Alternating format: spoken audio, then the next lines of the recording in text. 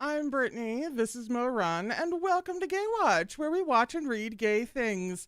Today we are continuing Erha Volume 11, and here's how it works. We read for a couple of hours, we take a break around halfway through, and we typically get around 40 to 50 pages read.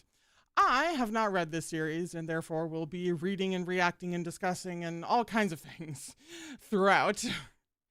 If you're looking for more bookish chats or just a kind of chat about anything gay, really, but it's really the queer bookish chats are on the Gaywatch Discord. There is a public evergreen link to said Gaywatch Discord down in the description box, along with any trigger warnings if you need them. And if you're wanting to chat with me about queer bookish things, we have a book chat on Tuesdays and Thursdays that are before these streams. So at 2:15 p.m. Eastern Standard Time, I and the other YouTube members and patrons get together and we chat about whatever we read in the previous reading stream. So today is Thursday. On Tuesday, we'll be talking about what we read today. All of that put aside, though, because I need something confirmed real quick before we start reading chapter 2 of the Chuaning birthday bonus story, which is the last bonus story of this volume and therefore the last bonus story of Erha. I need to confirm, because in the book chat just a few minutes ago, we were talking about the astrology signs of the characters because evidently Meat Bun did that very purposefully. And we found out that, of course, the May twins are Gemini, which is devastating enough because I am a Gemini, but I need their actual birth date confirmed as June 12th real quick. Somebody in the chat, I think it was Henry, said that it was June 12th. Are the Mays really born on June 12th? The Mays are born on June 12th.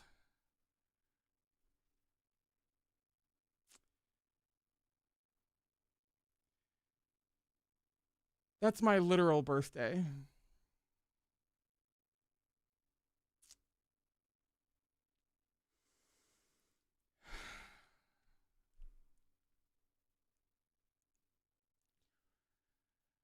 We're gonna skate right past that. We don't have time to unpack all that. Oh my god, Liv! And you've had Meihan Shuel here the whole time. That's true. A little mascot. Little Meihan Shuel in the Gaywatch break room. I fucking share an exact birthday with the May twins. You know who else I share birthdays with? Like 2 people in my entire existence have I heard of having June 12th as their birthday. It's literally like Brian McKnight, who I'm sure that name didn't ring like any bells, but he had like a couple of songs, I think back when like I was growing up. He's from like a bit back. Like he's not, yeah. And then it's Brian McKnight and it's Anne Frank. And those are the 2 people this entire time. The 2 people, to say nothing of fictional characters. I actually don't think I've ever found fictional characters with my birthday. And it has to be the May twins. Listen, I said we can't unpack all that right now. Oh my god. Anyway, I deeply needed to confirm or deny that before we continued, because that was gonna fester, that one. We are on page 289 for chapter 2 of Happy Birthday Wanning, Fight for Favor.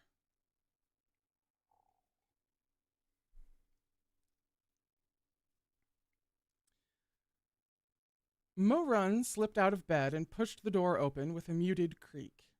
The rough-hewn gate of the courtyard was ajar, still swaying slightly. He caught a glimpse of a pudgy white tail held aloft, a pale blue flame gleaming at its tip. Was he hallucinating? In all the time they'd lived on Nanping Mountain, he'd never seen anything like this. What kind of creature could it be? Before he could run after it, he spied a lotus leaf laid at the bedroom door. In its center was a wooden box, small enough to fit in his palm. He picked up the leaf. For some reason, it gave off the faint scent of osmanthus, and read the message scrawled across it in bubbly, juvenile handwriting. This would be the message. A birthday gift for sacred Tishan Jun. Good luck, boss. This is all the help I can give you. Signed, a rice cake spirit carrying the hopes of his village on his shoulders.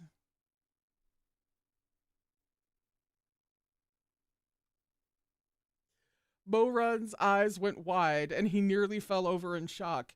Rice cake spirits are real? He said this out loud. But wasn't that just something he'd made up to prank Shuimeng all those years ago? They actually existed? He touched a thoughtful finger to his lips. Had he somehow manifested them? Maybe the Demon Lord had neglected to mention some additional power of special butterfly bone beauty feasts? How else to explain this pudgy white creature with a pale blue light shining at the tip of its tail? The spirit had run off quickly, so Mo-Run hadn't gotten a good look at it, but he was absolutely certain that it perfectly matched the description he'd made up. Soft and round, with a lotus leaf on his head. Mo-Run brought the box back into the bedroom. Chuaning and Goto slept peacefully, undisturbed by their midnight visitor. Chuaning just gets along with dogs. I don't know what else to tell you. Mo-Run crossed to the bed and smoothed the covers over. My throat closed at the cuteness. Mo-Run crossed to the bed and smoothed the covers over Chuaning's curled up form. He crouched in front of Goto's bed to give her a couple of pats. Then he went to the table to examine the small offering. It held no traces of violent or wicked energy. There was a strong, fey spiritual aura, but it seemed wholly benevolent. He turned the box over in his hands. It had no obvious seams or keyholes, and the rice cake spirit hadn't left any instructions for how to open it. He frowned. What was it for? Could it be decoration? But the wood was weathered and worn, hardly pleasing to the eye. As if in answer to his questions, 2 lines of glittering gold calligraphy appeared on the box. Nice to meet you, Zongsha. I am a fey artifact called Dreams Come True. What?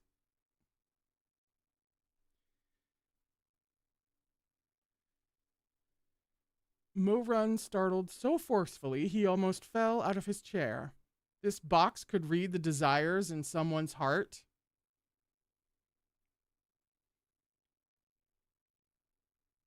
That might be the most dangerous thing Meat Bun has ever introduced. No. The words on the box erased themselves, then flashed a new answer line by line. I can only read the desires of my master. I cannot learn those of others. Yeah, that's still a devastating power in this universe in particular. With effort, Mo-Run pulled himself together. He glanced over his shoulder at Chuaning, sleeping with his face buried in the blankets, and Goto, sleeping with her face buried under a paw.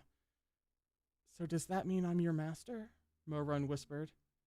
Yes, master. I have been given to you.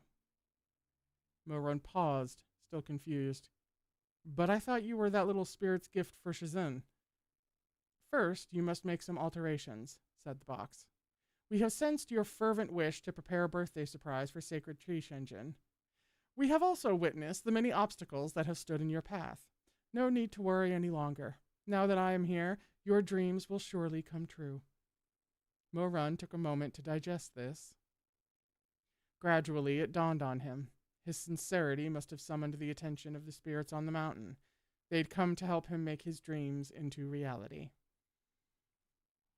Yes, exactly. New words scrolled across the box's surface. Be at ease, Zongsha. This year's birthday celebration will go much better than the last. Recalling the 9 baskets of gold ingots, Mo-Run was caught between laughter and tears. Let's not bring up last year, he said at last. Rid of his misgivings, Mo-Run read the Dream Come True box's instructions with interest. To prevent Chuaning or any others from using it before his birthday, it seemed Mo-Run needed to set a passcode. The box would only come to life with this passcode. Otherwise, it would appear entirely ordinary and unremarkable. How about Shizun? No, this is too simple and likely to be said accidentally. The box hesitated.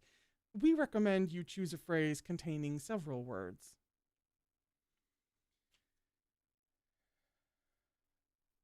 I see. After a moment's thought, Morun said, Got it. Gold is an idiot's idea of a gift. Done, said the box. Gold is an idiot's idea of a gift has been set as the passcode for the Dreams Come True box. Mozongsha, do you wish to try me? Morun eagerly nodded. There was a blinding flash of light. He closed his eyes.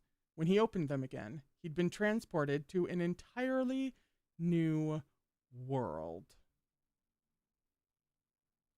We've isekai'd Morun? He stood in a clearing near a pile of timber, beneath a sky of golden clouds and rosy mist. Streams and hidden springs filled this ethereal paradise, surrounded by high mountains. Luxuriant high tongue blossoms floated through the air, their petals drifting down the clear and flowing waters of this wondrous realm. A plump rice cake spirit sat on a tree stump. It waved its flame-tipped tail to and fro, idly squishing its soft paws together. As Morun watched, it pressed a bit too hard and accidentally glued them together. The little spirit wrenched its arms apart with all its might, but a string of sticky rice dough stretched between its paws no matter how hard it pulled. Morun walked over and flicked his fingers in a detachment spell. With a soft pop, the spirit's paws were freed. Round, tummy heaving, the rice cake spirit labored to catch its breath. When it lifted its head, two beady black eyes peered up at Morun from beneath the lotus leaf. Oh no! Oh no! Oh no!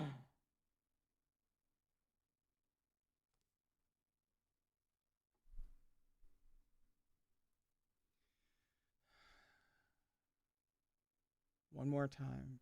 She had to give me one more hurdle to jump over. Didn't you? I say, speaking to Meat Bun as if she's fucking God. Didn't you? You can hear me in China.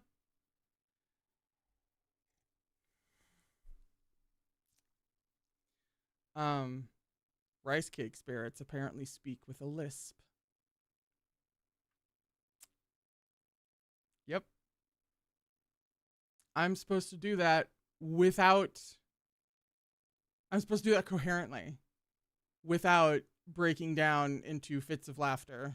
I'm supposed to. And we're talking strong presence of a lisp. Like I'm not going to accidentally lisp when I'm not supposed to. While I do this. She's making a fool of me, is what she's doing.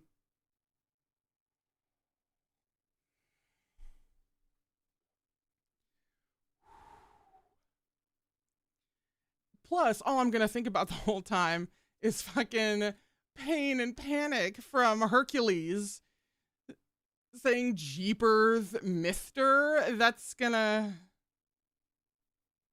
be that and Daffy Duck. Okay.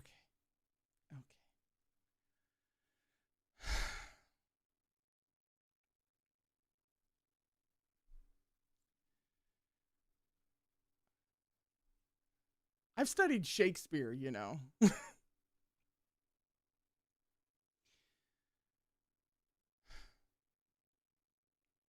I've been saved. Thanks a lot.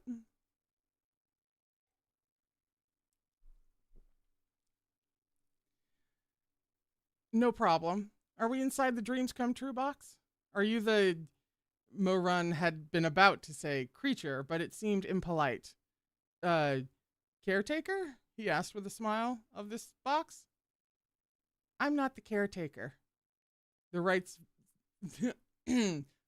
cake spirit's voice was soft and doughy, but its tone was unexpectedly Belligerent. I'm the owner of I'm the owner of this place. Oh no. Not not silly goose. Jesus. It doesn't help that my dad's nickname in childhood for me was actually Goose, so we don't need to. She's trying me. She's trying me. She gives her greatest challenges to her strongest warriors. Silly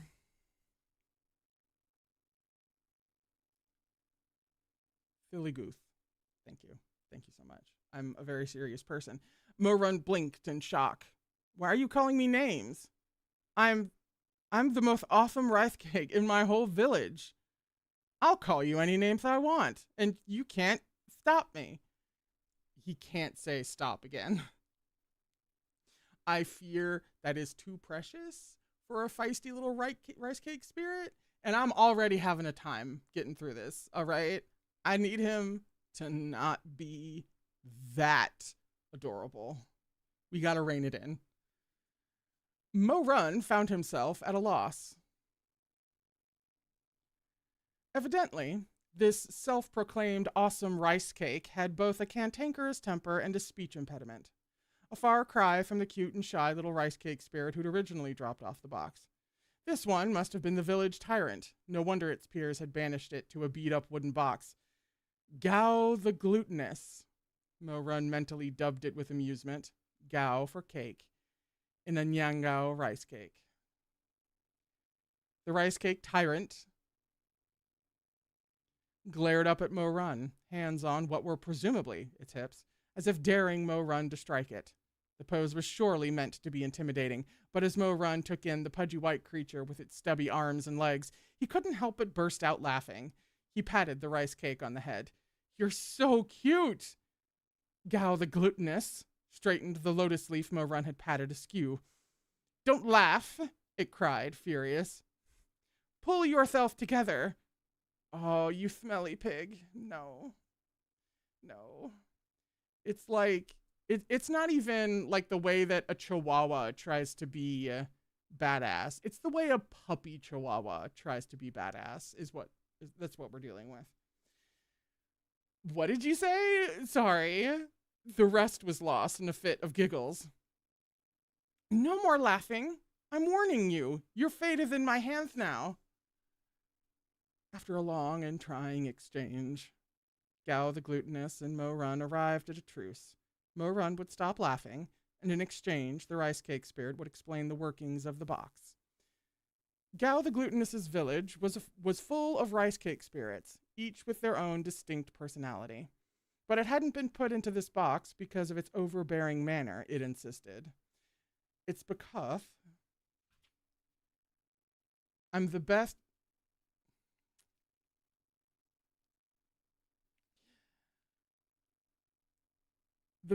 human speaker in my whole village. My enunciation, ooh, I couldn't even really do that properly, is very clear and precise. I couldn't even do that clearly either. That's why everyone selected? Oh, selected, of course. Me to be the spokesperson. The spokesperson? Yes, exactly. Oh God, this is hard for me to even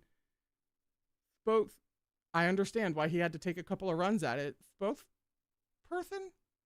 Yeah? Okay. Woo! Mo Run stared at its self-satisfied expression. Barely a moment later, he dissolved into helpless laughter once more. Hey! Gao the Glutinous stamped its doughy little feet. Why are you laughing again? Don't laugh at me. I've been learning human speech for a whole century. Don't laugh. If you keep laughing, I'll flay you. Slay with a lisp might be the funniest word. Not wishing...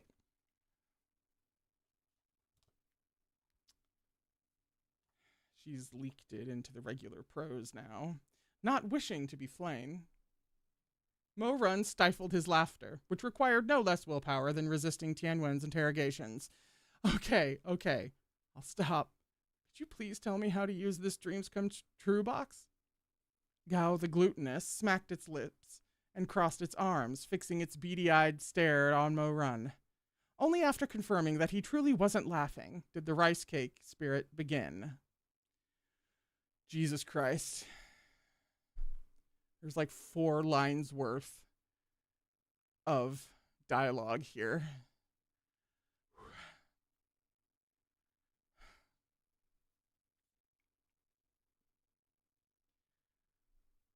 Extremely detailed, raw fucking. Fine. The lisp is going to be my undoing. I'll never work in this town again. Basically, the world in this... Woo. Then there's also the fact that I have to decode certain words.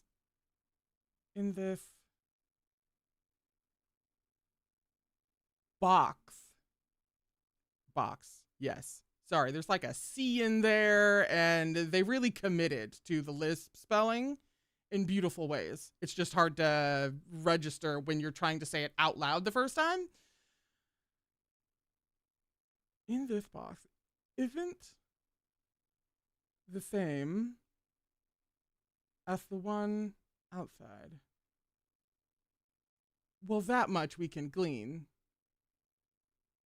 The world in this box isn't the same as the one outside. A salient point. Well spotted, Gao. Didn't you say you wanted to build sacred Tishan Jun? A bigger house and plant them nice. Oh, and plant them nice flowers in the yard, and plant some nice flowers in the... Got it. Mo Run nodded. That's right, but my Shizun thinks it's too extravagant, plus the renovation will be noisy. He didn't like the idea. That's okay. Gao the glutinous waved its little paw. In this box, you won't take up any space outside. And your Shizun won't get...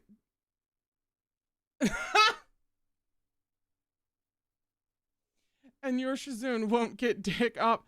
Sorry, Mo Run cut in solemnly. Your pronunciation's fine in general, but it's sick, not dick. At least not in this case. Gao the glutinous blinked in concentration. Dick. Sick. Dick. Don't press your tongue against the roof of your mouth. Sick. Gao the glutinous's face went pale with effort. It lifted its chin and squeaked out emphatically. Thick. Mo Run massaged his forehead. Close enough. Continue. What was I saying? That whatever I make in the box won't take up space outside and it wouldn't disturb my Shizun, said Mo Run. But if I secretly build a new house and yard for Shizun in here, I'll still have to gather all kinds of expensive things. Seeds, plants, ingredients, artifacts. He let out a humorless laugh. When Shizun finds out, he'll say it's a waste. Don't worry, said Gao the glutinous. Things in here are different from outside. Yes? Whether you want to build a house, dig a pond, plant flowers, or cook... She really hates me. How would you even say delicious in a lisp? Delicious?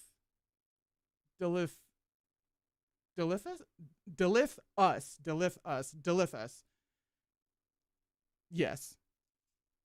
Food. You don't need money for any of it. You can barter for everything with me.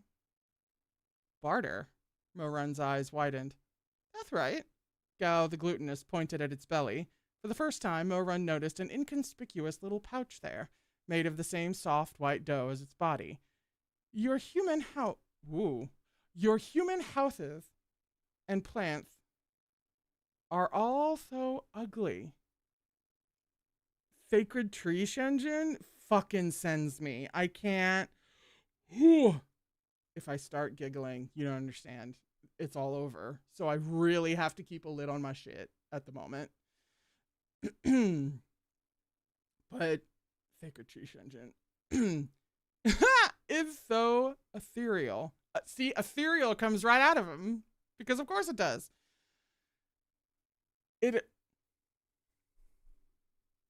Wait, Sacred Tree Shenzhen is so ethereal. Items! Got you. Items from our Fey tribe will suit him better. You just need to bring me things from outside. Clotheth? Clotheth? Why is that? Clothes? Is that clothes? Ooh. Flowers, figurines, and I'll trade you for them. But how do I know I'll like what you give me in return? That depends on your luck, said Gao the Glutinous. But I'm very generous.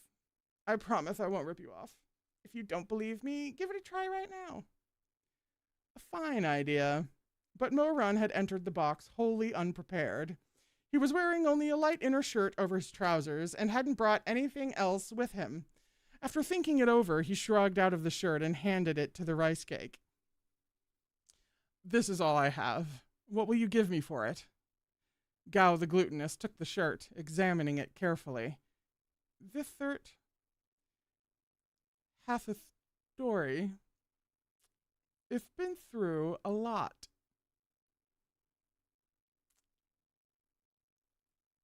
Understatement. The rice cake looked at Moran's bare torso, its beady gaze raking over him several times. I'm just going to skate right past it. Moran had a fine physique. Of that, there was no question. His posture was straight-backed and confident. His abs were toned, and despite the scar over his heart that would never fade, his defined pectorals suggested a latent yet ferocious strength. Every rise and fall of his chest seemed to suggest lava smoldering beneath.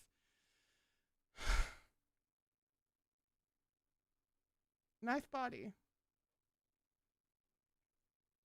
said Gao the Glutinous. We don't. I mean, we do need a homosexual rice cake. In fact, that's probably what we should call Shui Meng from now on. But the hilarity of the moment does not need a homosexual rice cake. It peered at the clothing in its hands. For the shirt of the snack. For the shirt of the snack. I actually can't tell what that's supposed to. For the shirt of the snack. Oh, of the snack Mo Zongsha, I give you. Muttering, it stuffed the shirt into its pouch, then rummaged for a while. Yes, this is it. Moran drew over to see a handful of small pale gold objects clustered in its paw. What are those? Longevity flowers of the Fey tribe, Gao the Glutinous declared. I think I can trade your clotheth? See, clotheth is also throwing me. I can trade your clothes, right? Clotheth? For more. It's like learning a whole new language. He's trying to speak to me. I know it. For more seeds, for more thieves. From those. Oh, I couldn't even. Licentious?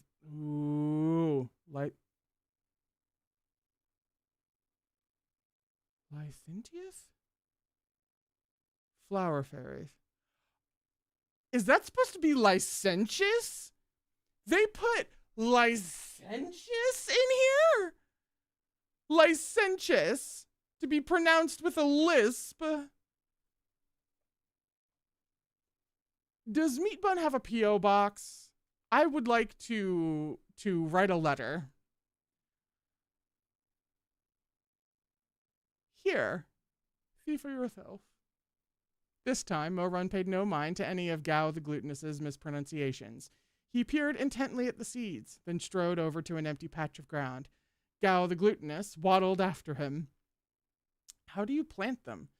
Just toss them on the ground. Mo-Run scattered them over the dirt. These fey flowers, here in their native soil, grew differently from plants of the mortal realm. The instant the seeds touched the ground, a field of gold and silver flowers burst from the earth. The golden blossoms resembled tree peonies, the silver ones lilacs. Their luxuriant petals billowed softly, iridescent against the backdrop of the night sky. Upon examining the flowers more closely, Mo-Run's astonishment grew. In the center of every peony sat a tiny flower maiden plucking a golden pipa, and among the stamens of each lilac perched a minuscule flower imp holding a silver flute. Both fairies were smaller than his fingernail. Their translucent wings fluttered with the rhythm of their music, making the field of flowers appear even more dreamlike. That one shirt is worth all this? Mo-Run exclaimed. That's right. I said I'm generous, didn't I? Gao the Glutinous straightened its lotus leaf hat with a smug smile. I'm the coolest kid in my whole village. Hope flooded Mo-Run's chest like sunshine. Wait for me. I'll come back here lots over the next few days. Let me think about what I can trade you. He turned on his heel, only to realize he didn't know how to get out. Gao the Glutinous rolled its eyes and pointed a pudgy paw in the direction from which Mo-Run had come. Go that way. Keep going straight, and you'll find the exit. But before it could finish, Mo-Run was already running off in delight, too eager to see what else he could sneak into the box. Gao the Glutinous's stammer only got stronger when it was excited. It was stuck on "but" for an age before managing to shout the rest of the sentence. But, you won't get such a good deal every single time. Pick your items carefully. All the rice cakes really like Sacred Tree Tishan Jun. We gotta stop saying Sacred Tree Tishan Jun. Really like Sacred Tree Tishan Jun. Things. Just now I was showing you an example. But I didn't break even on that trade. In the future, you won't be ripping me off. I'm not stupid. Gasping for breath, it finished its spiel, throwing spiel in there, rude. Then looked up. Mo-Run was nowhere to be seen. Gao the Glutinous blinked after him in a daze, scratching its soft head amidst the flowers. Why'd he run off so fast? He didn't even say what he'd bring next time. You had to silly goose me again. You had to throw in one more silly goose, didn't you? That's a scene break, actually. So I'm going to sit here and exist for a second.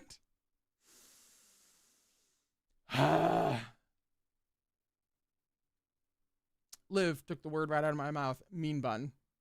Mean bun. That was extremely mean bun of her to do to me personally. And he's gonna come back. When Mo-Run opened his eyes, he found himself once again sitting in front of the desk. In his excitement and surprise, he toppled from the chair with a cry. The noise instantly woke Goto. She jumped to her feet from where she'd been curled up by the furnace and barked loudly in confusion. Shh, Goto, quiet! Mo-Run scooted over to grab the dog and patted her head. Don't bark or you'll wake up Wan-Ning. Goto whined, then went right back to barking. At a loss, Mo-Run was about to clamp Goto's jaw shut when a rustle sounded behind him. A sulky, sleepy voice cut through the soft darkness. It's the middle of the night. Why aren't you sleeping? Mo-Run whirled to see Chu Wan-Ning raise his head from the pillow, squinting and clearly only half awake. Wan-Ning. Chu Wan-Ning flipped over onto his stomach, gazing at him sedately behind sleep-tussled locks. Slowly, the haze of slumber lifted. Chu Wan-Ning froze, then his eyes widened. Mo-Run, where are your clothes?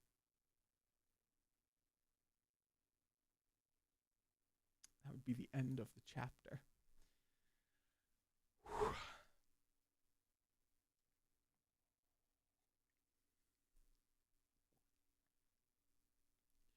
We are on page 299 for chapter 3. On a scale of 1 to 10, how utterly fucking disastrous was that? Ooh.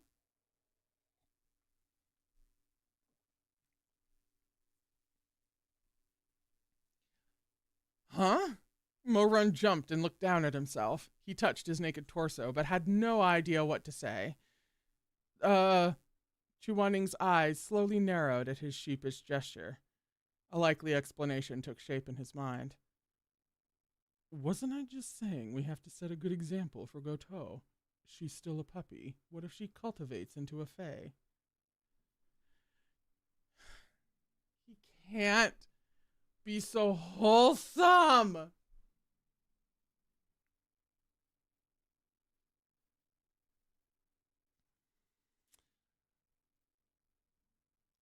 Yeah? So how will you explain yourself to her? Goto barked into the ensuing silence. You're right, of course. Privately, Mo-run was skeptical. Even if they recited sutras at Goto all day long, he doubted the little butterball would ever manage to cultivate into a spirit. And what did a dog understand anyway? Even if he fucked Chuaning in front of Goto every day, she'd have no idea what it meant. But of course, his Shizun was always right. Waning, let me explain, Mo-run began. It's not what you're thinking. I didn't take my robe off with any particular intentions. Goto, the perfect agent of chaos, continued barking away in Mo-run's arms. Chuaning pressed a palm to his forehead in frustration. Let her go, he said through gritted teeth, and put a shirt on. Shameless. The atmosphere had grown awkward. Craning her neck in his arms, the yellow dog gave Mo-run a particularly withering look. Mo-run rubbed his nose. Waning, he said hesitantly, if you told you I traded my shirt for a field of flowers, would you believe me? A pregnant pause. Then Chu Zongsho's furious voice cut through the stillness on Nanping Mountain. Moe Yu, he thundered. Do you think your master's gone stupid in seclusion? No, of course not. You haven't gone... No, don't do this to him. Don't do this to him. No, of course not. You haven't gone stupid. No way. Shizun's the smartest. Speak properly. Where'd the lisp come from? And the stutter? Please tell me that was just a temporary thing that he tripped over because he'd just been talking to Gao. Please, don't let the stutter actually slip over. Mo-run, Tishan Jun would never live it down. That's a scene break, though. Mo-run hadn't forgiven Goto. That dog always seemed to be harboring distinctly undog-like motives. For example, whenever she gave Mo-run that sidelong, doleful look, he was sure she was judging him. Goto hadn't been like this when they'd first found her in a pile of straw and brought her home. But now Chuaning was enamored with the little dog. Because she was still young, only 5 months old, she's a puppy. She's just a puppy. Huh. He'd forbidden Mo-run from doing anything particularly degenerate in their bed for the past month. And Mo-run is still alive? Tishan Jun didn't set the dog on fire? That alone is growth. Upon reflection, Mo-run sincerely believed his actions as Mo Zongsho were commendable and appropriately self-restrained. He'd even managed to hold himself back a great deal as Tishan Jun. For instance, when he'd indulged himself a bit too much and earned an earful from Chuaning, he hadn't kept going, nor had he bundled Goto off to the kitchen and made her into dog stew. You see? Yet now, in hindsight, he saw his mistake. He should have strangled this stupid dog from the very beginning. Angry as he was, he couldn't afford to waste any time preparing Chuaning's present. The next morning, Mo-run began brainstorming what objects he could take into the box. Fresh fish, millet, sugar, bamboo dragonflies, paper butterflies, silk handkerchiefs. While Chu Wanning was foraging for fruit in the forest, Mo Run seized the opportunity to take inventory of their home. Anything they could spare, from extra grain to tattered old rags, went into his Chankun pouch. Goto looked on in horror. Was this her master, or a thief dressed up as him? If she could have spoken, she'd surely have piped up in protest. Bro, are you serious? That's my bowl you're taking. Wait, my bowl! With a yip of belated realization, Goto launched herself at Mo Run. She latched onto the rim of her bowl, trying with all her might to wrest it from this shameless bandit. She barked raucously, "Don't take my bowl!" But Mo Run was equally stubborn. The other dog in the room, as equally stubborn, were shocked. The bowl was from Tashway Palace, carved from lustrous Kunlun jade, and kept food fresh for up to 3 days. Before they'd found Goto, Mo Run had wanted a cat, in particular a soft white kitty, quiet and clever.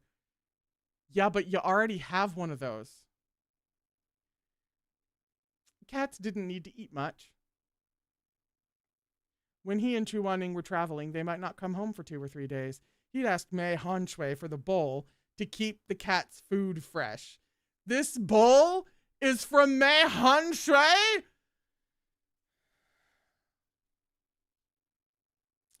Who would have thought this dumb dog would barge into their lives before he had a chance to find a cat? What good was this food-preserving capability for Goto? As soon as her food landed in the bowl, it was gone in less than 3 blinks, to say nothing of 3 days. They keep humanizing the dog. They keep humanizing the dog.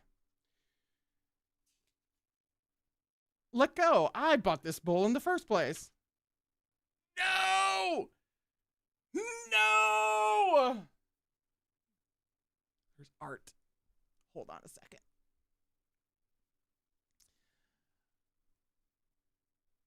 This would be the translated barkings of Goto.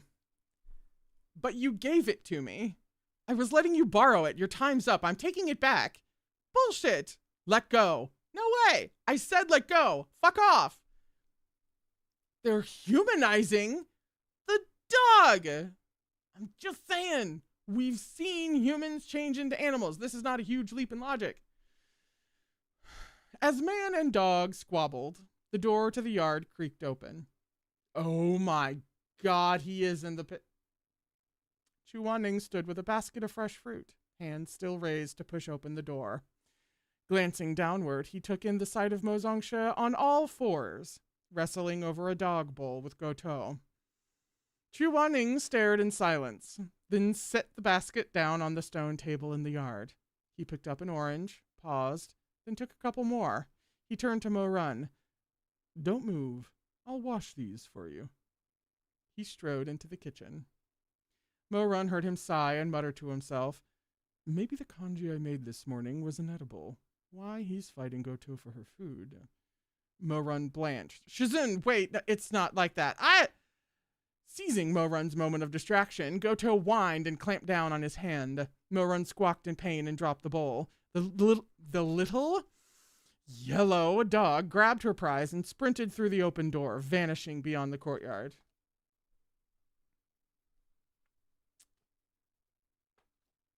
Look at this. Look at it. Look at it. Look in that corner. Look up in that corner. He's got fucking ears and a tail. Look at the fucking corner.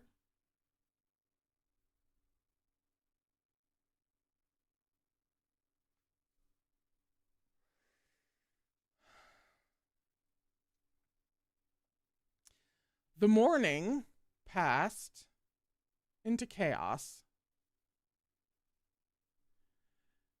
After lunch, Mo Run told Chu Wanning he was off to check the bookstalls in nearby Lenan. With the Dreams Come True box tucked safely into his robes, he left the house. He found a deserted patch of the mountain and recited, "Gold is an idiot's idea of a gift."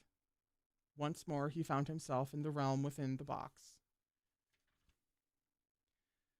Gao the Glutinous was lying in the sunshine next to the field of gold and silver flowers, enjoying the fairy music. When it saw Mo Run approaching, it stammered, You're back? Sorry to keep you waiting.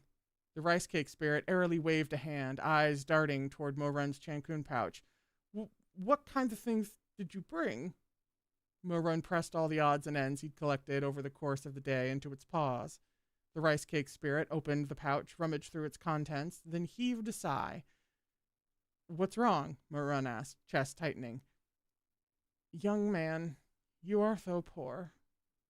Morun lowered his gaze. But I don't know what you're looking for, he said somewhat helplessly.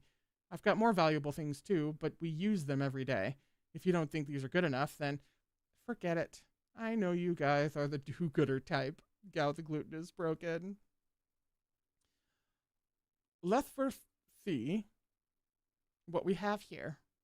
I won't be able to give you the best with only this much. Buffet artifacts are full of wonders.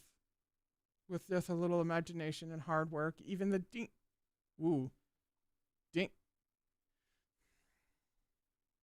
dinkiest, that shouldn't have been that hard, ones are quite nice. Really? Morun laughed, his mood brightening. I'm very grateful. Gao the glutinous wiggled a paw again, then began sorting through Morun's offerings one by one. For fresh fish, I'll give you this. Gao the glutinous drew out a soft wad of felted cloth. What is it? This is fabric made from cat fur.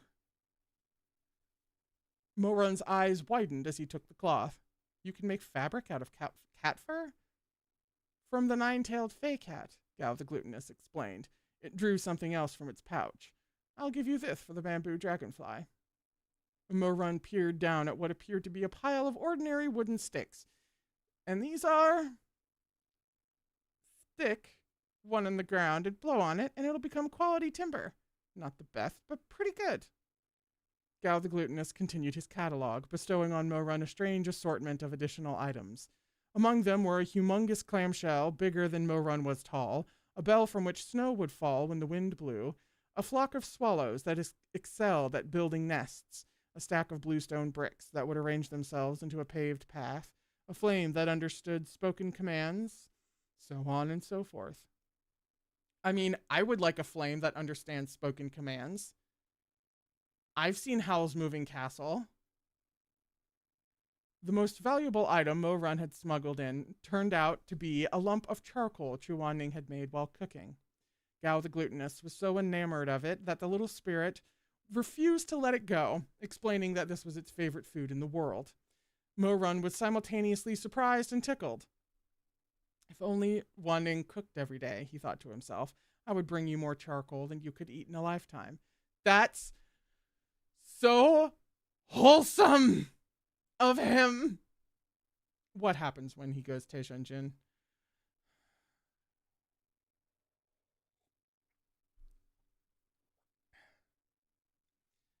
What will you give me for this charcoal then?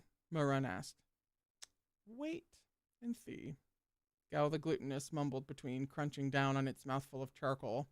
It waved a little paw. A pool of lotuses appeared next to the field of flowers, its waters gleaming as if scattered with gold.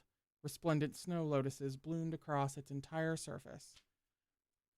This is the dream come true pond, said Gao the glutinous, smacking its lips as if not quite satiated.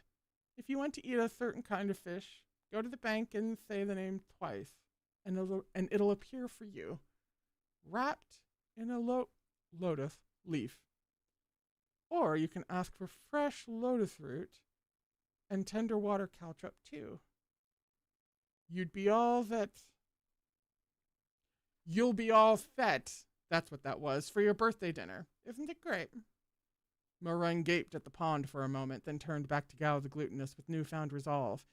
Next time, I'll bring you lots more charcoal. Really? Gao the glutinous stammered, clearly moved. You're the best. No, you're the best, Morun replied with feeling. Stop it. Stop. My heart. No. Ugh. Armed with the rice cake spirit's wares, Morun rolled up his sleeves and got to work. Shizun's birthday was only 2 days away. Tishan Jun would be in charge tomorrow, so Morun needed to make the most of the time he had. As long as he worked the rest of the day, plus the morning of the day after tomorrow, he'd have a surprise for his Shizun after he finished his longevity noodles in the evening. Mo-Run quickly organized the fabric, timber, and assorted objects from the Fey tribe. And how are you going to explain all of your time not being with Chuaning? Isn't he gonna notice that, the love of his life has vanished somewhere for an extended period of time? He could also be so fixated on Goto that he wouldn't notice. I think it's a toss-up.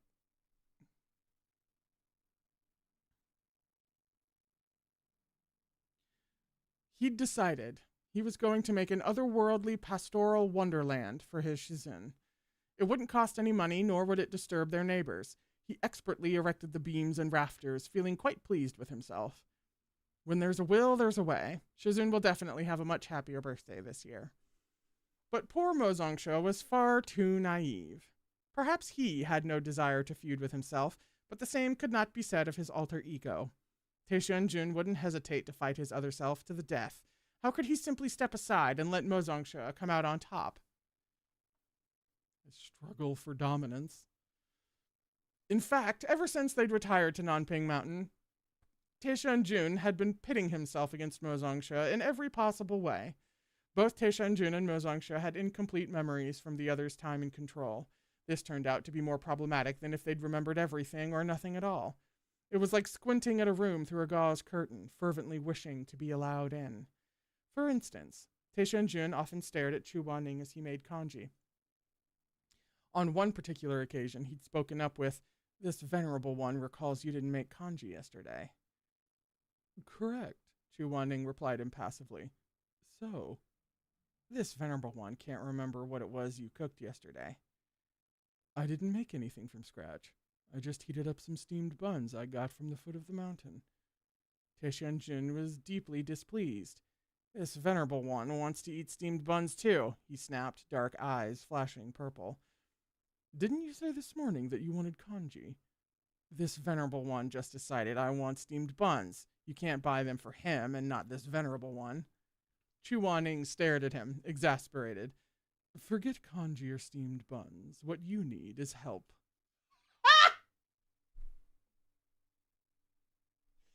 Savage! Savage in a way only a husband can be. Oh! Spouse savagery.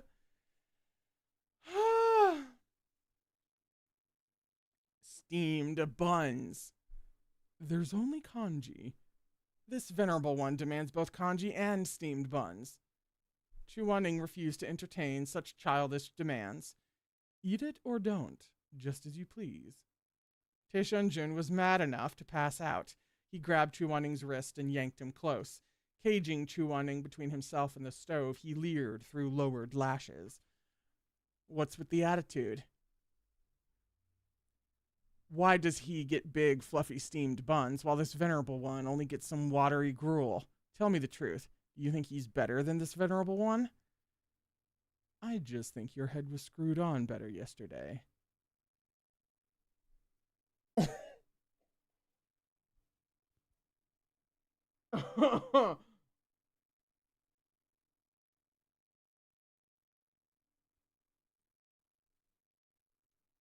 Tishan Jun fell silent. At first, it seemed he might lose his temper, but after a moment, he said mournfully, "Great, just great. Chu Wanning, everything you said was a lie. You always say we're the same person to you, so why are you treating one of us so differently? You won't even make us the same food. Why do you always side with him?" This left Chu Wanning dumbfounded. "But even the same person might not necessarily eat the same thing for breakfast every day. Stop making a fuss. The kanji's going to get cold." "I don't want it anymore." "Seriously?" "No." Chu Wanning nodded. "Fine. Then I'll give it to Goto. Pity you're not hungry, though. I put in some Yunnan ham because you liked it so much last time." We are in the middle of a domestic. And the examples of Tishan Jun trying to one-up his other self when it came to Chu Wanning's regard went on from here. Mozongsha, steady and easygoing after all that he'd been through over 2 lifetimes, simply couldn't understand why Tishan Jun would act like this. He was hard at work, completely oblivious as to what deranged antics Tishan Jun would get up to in just a few hours.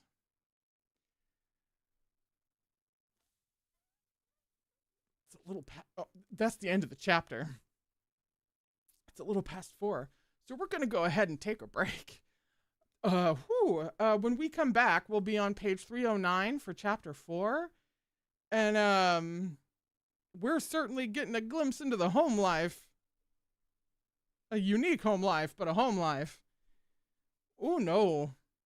What is Tishan Jun gonna do to this new lovely, like, Fae homestead? To say nothing of what he could possibly do to Gao. Like, we'll find out, I suppose. Give the stream a like if what? You know what? Just give the stream a like. I lisped for you today, okay? You can give the stream a like if you haven't already. We're going to take a break.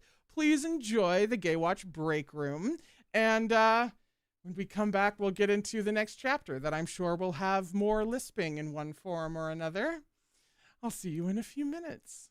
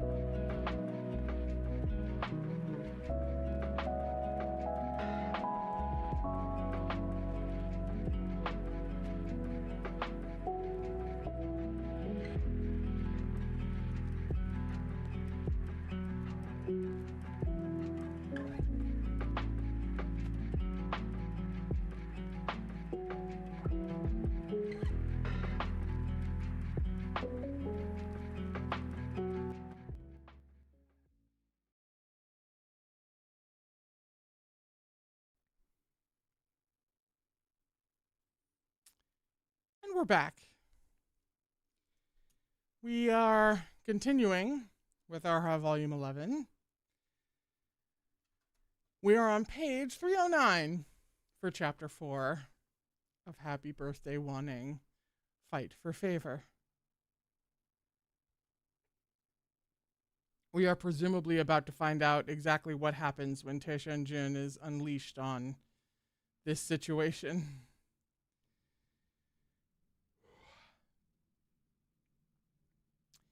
The following morning, Tishan Jun sat beneath the loquat tree in the yard. He peeled one of the little orange fruits for himself, squinting in the sunlight and letting his mind wander. Tishan Jun couldn't remember much about the past 3 days since his consciousness had last been in control. He vaguely recalled obtaining a wooden box which had been given to him by a rice cake monster, and something to do with a present for Chu Wanning's birthday. That was it. Yet Tishan Jun was wary. After all, that Mo Zhongsho was a sneaky little fucker. He might seem loyal and tame now, but he had all sorts of dirty tricks hidden up his sleeves. That scoundrel was nothing like himself, a man both heroic and honest, assertive and sincere. No, it seemed a straightforward person like Tishan Jun would always get the short end of the stick. Tishan Jun heaved a sigh. His purple-black irises glinted as he licked sweet, sticky loquat juice from his fingertips. This venerable one can't lose, he told himself resolutely. This venerable one is the emperor. Of course I'm far more knowledgeable when it comes to gaining favor among the harem than that guy. As the saying goes, know thyself and know thine enemy to emerge victorious from every battle. If this venerable one can figure out what Mo Zongxia's present is, I can mount a resistance and crush him. Oh, honey.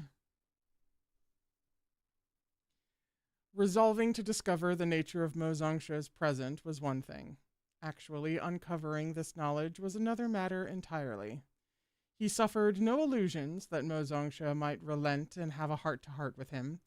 In fact, it would be shocking if Mo Zongxia acknowledged him at all. In that case, maybe he could try to wheedle the answer out of Chu Wanning. No way. Tishan Jun rejected this idea. He remembered how Song Chutong used to appear in elaborate finery on every holiday, trying to ingratiate himself with Mo Run while discreetly investigating whether Consort Chu Mei had prepared a gift. The sight of her always made Mo Run furious. Staring at Song Chutong's seemingly clever yet actually very stupid face, it had taken everything in him not to scream, "Why bother asking? Chu Wanning has never given this venerable one a gift. Are you happy now?" But he had quashed his fury and flashed a leering smile before answering slowly, "This venerable one hadn't thought the Empress cared so much about Consort Chu that you looked to my consort's example even in gift-giving." Fear had flitted across Song Chutong's lovely features, yet her terror only made her more deferential and charming. She hoped to win the Emperor's pity thus. "This one was only feeling a bit uninspired," she explained hurriedly. "I wondered about Consort Chu Mei's intentions." "Oh, you wondered about Consort Chu's intentions," Tishan Jun drawled, savoring each word. He sneered, eyes suddenly flashing cold. "So do you mean to say you're an empress with no ideas of her own? Perhaps you'd like to be a consort as well. Or maybe you should be demoted straight to concubine." Song Chutong was so terrified she fell to her knees and kowtowed repeatedly. Disgust and fury roiled in Tishan Jun's chest like dueling dragons. The palace servants knew the emperor's moods were volatile, but no one, not even Song Chutong herself, could know that she truly struck him where it hurt. For all the years he'd imprisoned Chu Wanning, he had possessed the man, but never his heart. The subservience and admiration he wanted from Chu Wanning were as unattainable as the cold moon in the sky.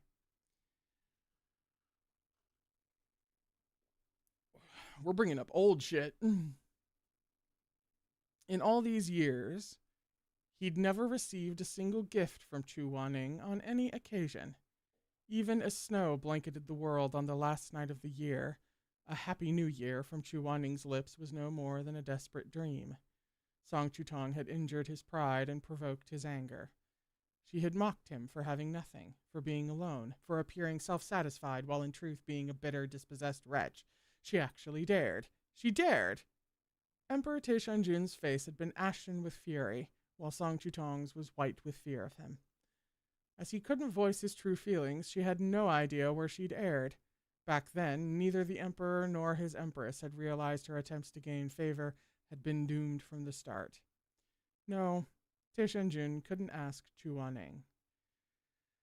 There's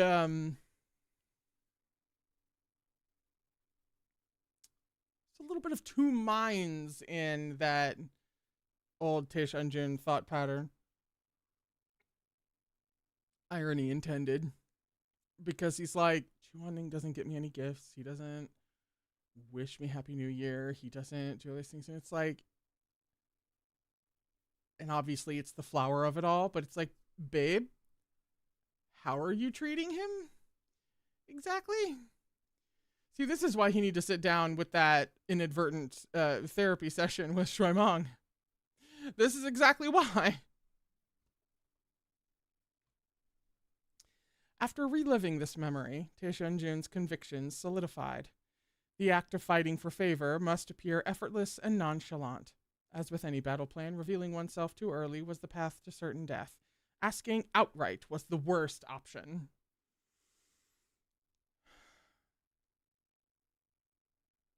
But how was he supposed to effortlessly and nonchalantly uncover Mo Zongxia's plans? He didn't have much time. Chu Wanning's birthday was tomorrow. Only a few hours remained for him to turn this battle around.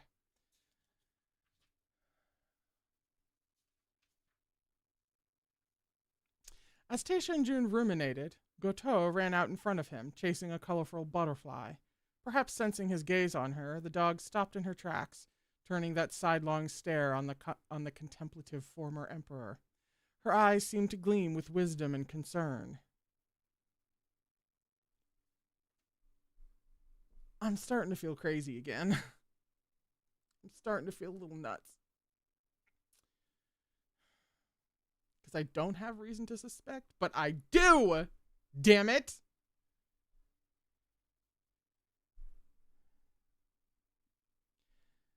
An idea struck him. Good, Goto. Good girl. Come here. Chu Wanning was presently out surveying the plant spirits on Nanping Mountain. Seizing his chance, Tishan Jun scooped up Goto and plopped her in his lap, then grinned at her with what he imagined was a friendly expression. In truth, it was terrifying. This venerable one knows you're a clever, clever girl, he said, stroking her paws. You understand just what this venerable one is saying, don't you? The dog blinked at him. Have you seen a small wooden box this venerable one acquired in the past few days? Goto whimpered. Listen to me. Be good and fetch that box for this venerable one, would you? Goto let out a plaintive whine. I can't. Tishan Jun's expression grew stormy, but he forced another smile. What if this venerable one gives you a bone? This would be the translated bark. 2 bones. Okay, 2 bones it is. Tishan Jun, ill-socialized as he was for a human, turned out to have a much better rapport with a kindred dog spirit than the vastly more well-adjusted Mo Zongxia. In no time at all, man and dog were scheming together, thick as thieves, though neither spoke the other's language. Wagging her tail, Goto leapt out of Tishan Jun's arms and scampered over to an unremarkable-looking patch of grass. Within moments, her betrayal of Mo Zongxia became complete as she dug up the dreams come true box he'd so carefully hidden. Goto diligently brought the mud-caked box to Tishan Jun. So fast? Naturally. Who do you think I am? Listen, is she being cute and giving us these specific thoughts of the dog? Or is she pretending to be cute to give us specific thoughts of the dog to mask the fact that the dog has specific and intelligent thoughts because it's a person? I'm not entirely batshit here. We have earned the right to paranoia, I find.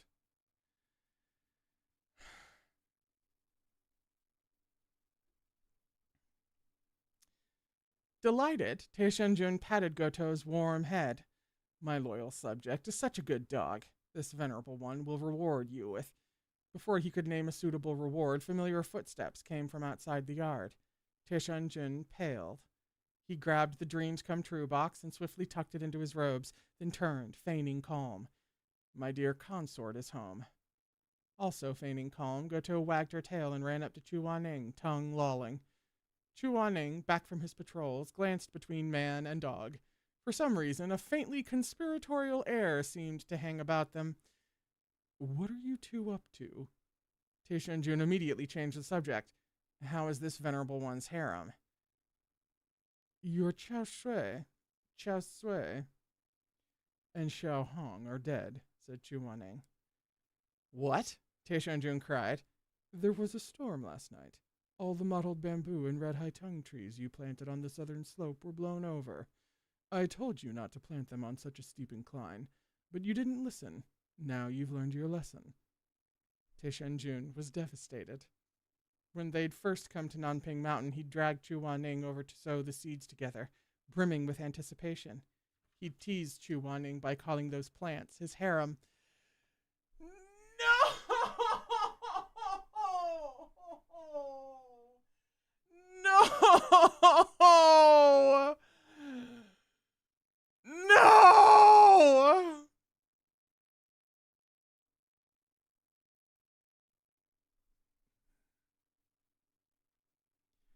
but more than consorts resided within the harem's rear palace.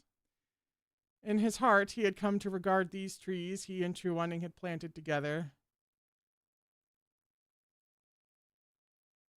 as their little princes and princesses.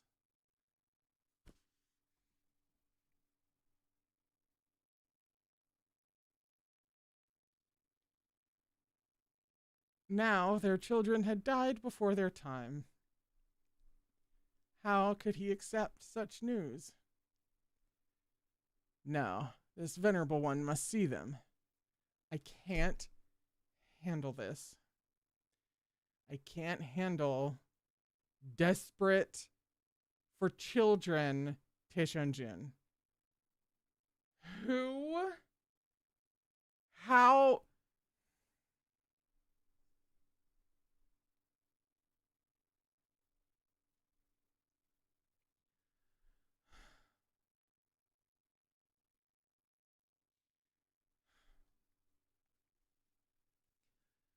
What's there to see?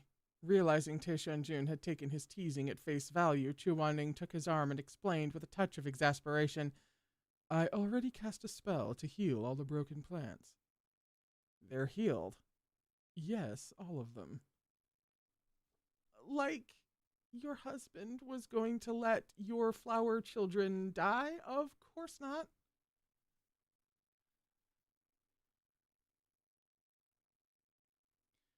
Tishan Jun stared at him. Before Chuaning could react, Tishan Jun opened his arms and enveloped him in a crushing embrace. What are you doing? I'm happy, Tishan Jun mumbled.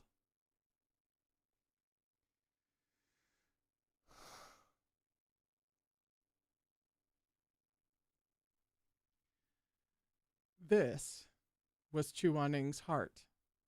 He cared so much for the trees Tishan Jun had planted with such excitement that he'd brought them back to life after the storm without a word. Just as a withered tree would bloom anew come spring, Tishan Jun's deadened heart had too flushed crimson again, with Chuaning by his side, coursing with blood, warmth, and love. At last he could cautiously make his way forward into the light. That's not even the end of a chapter or anything. That's literally just a paragraph that she typed in the middle of shit. Dangler. Don't dangle that in front of me like it's nothing. Like we can just skim right past it.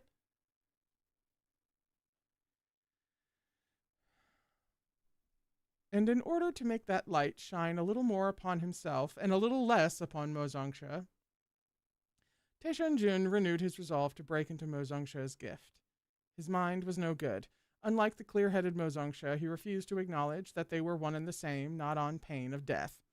While Mo Zongxue harbored no animosity toward him, Tishan Jun strove every day and every night to best his other self.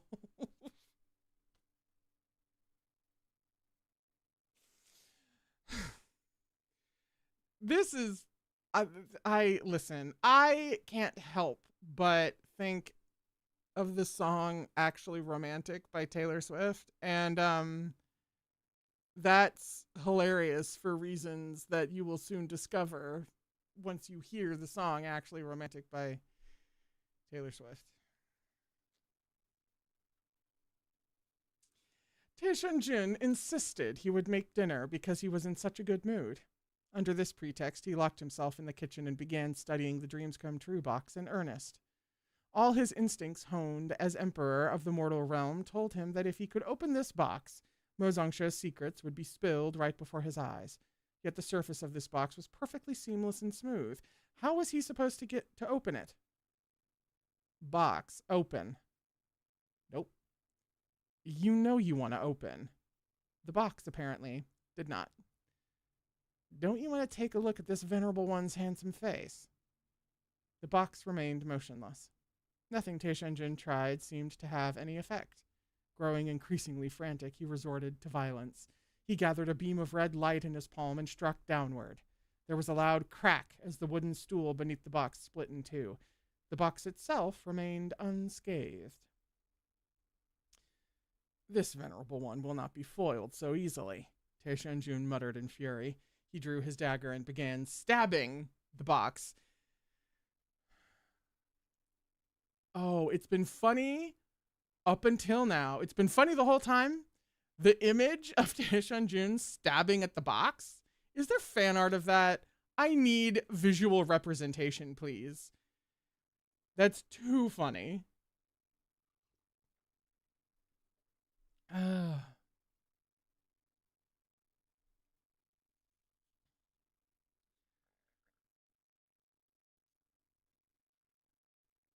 Wary of accidentally demolishing the kitchen, he used only a tiny fraction of his spiritual energy. Yet after hacking away at length, the box showed no signs of damage. Instead, the commotion attracted Chu Waning's attention. He knocked on the door from outside. Mo-run, what are you doing? What's all the noise? This venerable one is mincing... I read that as mincing meat. Tishan Jun panted. I'm making meat pies. Chu Waning paused. There's some in the icebox left over from when I made wontons. Oh, got it. Only after those words had passed his lips did Tishan Jun realize belatedly, wait a moment. Chu Waning had made wontons for Mo Zongsha. Where were his wontons? Sweetie. The more he thought about it, the angrier he became. No way in hell would he let that hypocrite Mo Zongsha win this year. Storm clouds gathered in Tishan Jun's eyes.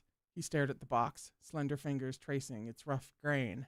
A devious idea surfaced in his mind. Maybe he should just toss the box off a cliff and be done with it. Wasn't it just a birthday gift? He could find a better one before the sun went down today. He was Emperor Tishan Jun. Was there anything in the world he couldn't obtain? True, he detested those days of the past when he'd sat upon the throne, and he cherished the simple warmth of his existence since returning to the mortal realm. Stop saying things like that to me! Stop!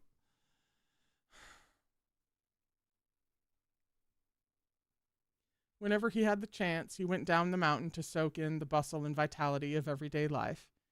Under the name Gozongsha, he did odd jobs for spare change. Gozongsha has a footnote. Go, a surname, but also a homophone for dog.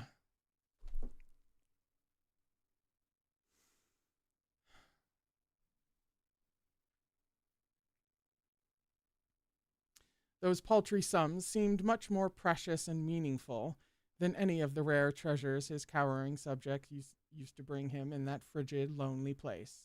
Palace. Ah!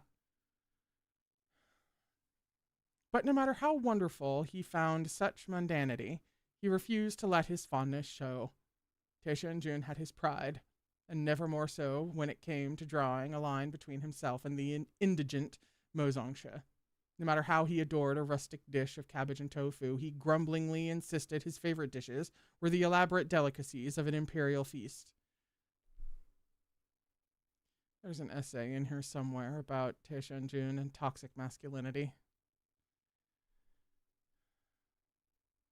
But sometimes, like now, this performance of pompousness had its uses.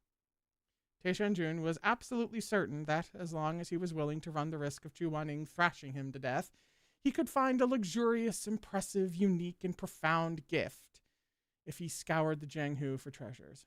Surely he could. This conviction firmly planted in his heart, Tishan Jun stood and reached for the wooden box. He would find an opportunity to dispose of it later this afternoon.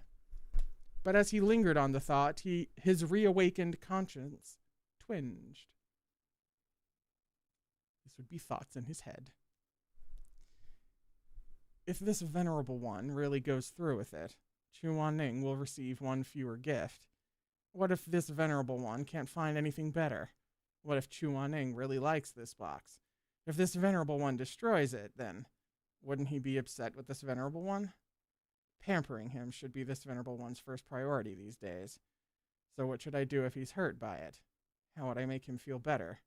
What if it doesn't work? The longer he thought about it, the more worried he grew. Listen, I can't do this. I can't fucking do this. Even if she doesn't do the integration thing in exactly the way I want, I still can't do this. I can't do the sweetheart Mo run beneath the Tishan Jun in Tishan Jun. I can only take so much of that in a given sitting, man. You have to have mercy on me. But the problem is that it's meat bun and she's merciless. So I'm really just screaming at a wall. It was said no love could exist in the imperial palace, for when an emperor fell in love, he would be reduced to a hen-pecked husband. This situation was a perfect example.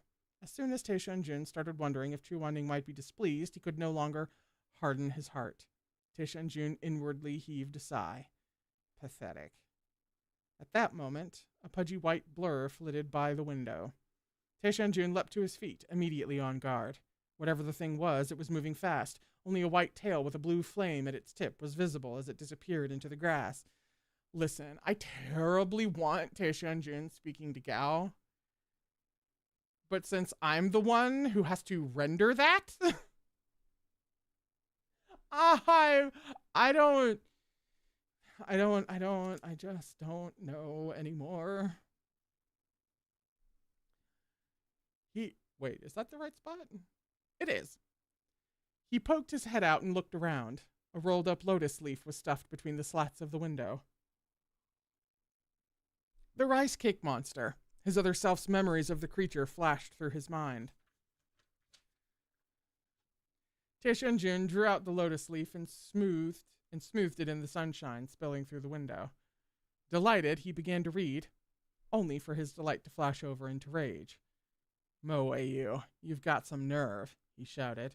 You dare mock this venerable one. On the lotus leaf were scrawled a few lines of crooked text.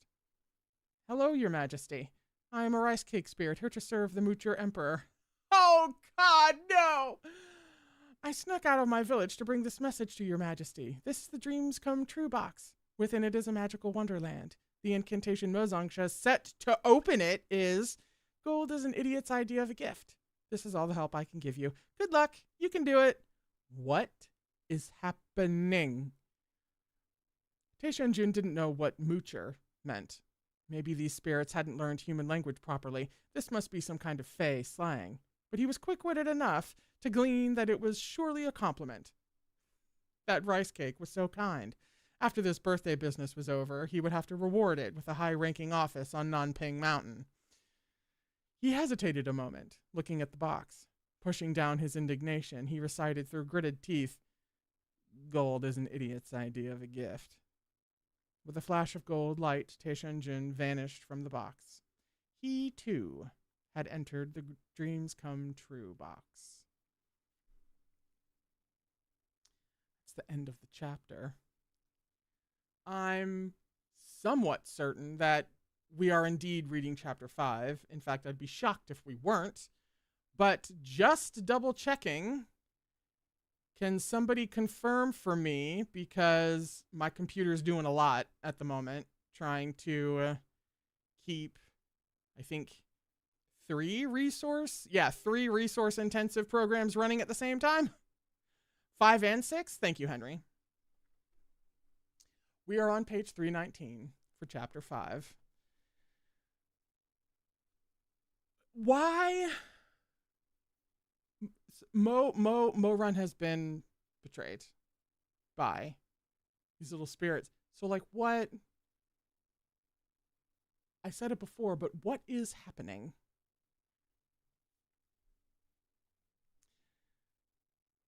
Gao the Glutinous was chasing butterflies through Mo Run's half-built garden on its pudgy little legs when it heard someone come in.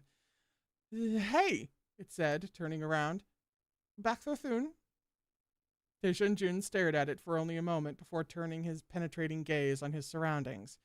This landscape wasn't yet finished, but not much was left to be done. Tishan Jun could already get a sense of its elegance, from the kaleidoscopic field of flowers, to the little fairies playing music within each blossom, to the gleaming golden lotus pond, the treehouse wrapped with gnarled vines, the couch made from an enormous clamshell. Tishan Jun's expression grew increasingly gloomy. He knew Chuaning very well. He may have appeared solemn and serious, but he was actually a deeply inquisitive person. This sort of fantastical refuge was sure to pique his curiosity. There was only one thing Chuaning might not be pleased with. Tishan Jun turned to glare at Gao the Glutinous, a sharp question issuing from his thin lips. Was it expensive? Gao the Glutinous hadn't yet registered the change in Morun's personality. Who? It stammered, confused. Tishan Jun scowled. He grabbed Gao the Glutinous around its doughy neck and held it aloft. The rice cake let out a squeak. Who do you think you're calling a whore? Tishan Jun snarled. Gao the Glutinous dropped its butterfly net in terror.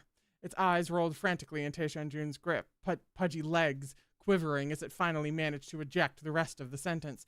Who are you to ask me this question?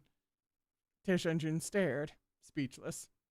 By the time Tishan Jun placed Gao the Glutinous back on the ground, it had nearly dissolved into a shapeless blob of dough. It touched its neck gingerly, panting for a long time before managing to gather its wits.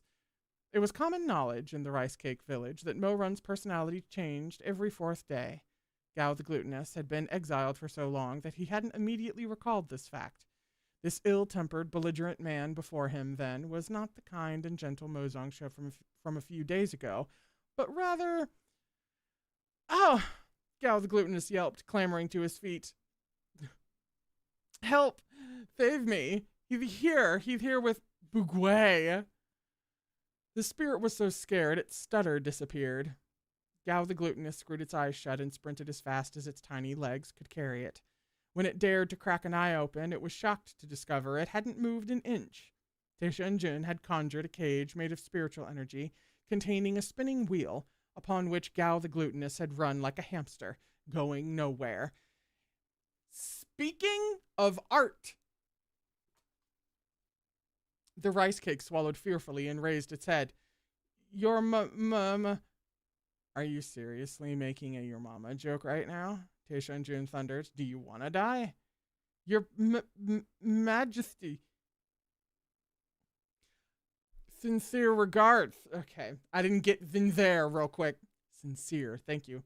Once again, Tishan Jun was rendered speechless. Gao the Glutinous quickly capitulated under Tishan Jun's intimidation. In the interest of saving its own skin, it gave a sprawling, comprehensive account of everything that had happened within the Dreams Come True box. Finally, it reached the question Tishan Jun most dreaded the answer to. It's not... expensive. There. Tishan Jun sank into silence. Inexpensive, unwasteful, and thoughtful to boot. How was he supposed to compete with a present like this? But how lucky that he discovered it now. If Mozongsha were to actually play this card on Chuaning's birthday, Tishan Jun would lose without question. Literally no one's fighting this battle except him. Chuaning is not choosing between them. Morun isn't fighting him for Chuaning to chase, but only happening in his head.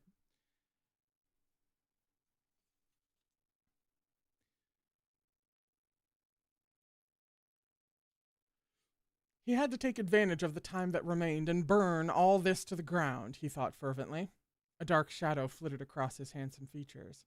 As he glared at Mozongsha's handiwork, Gao the Glutinous babbled, You can bring me anything from outside to trade, but the thing here aren't the best.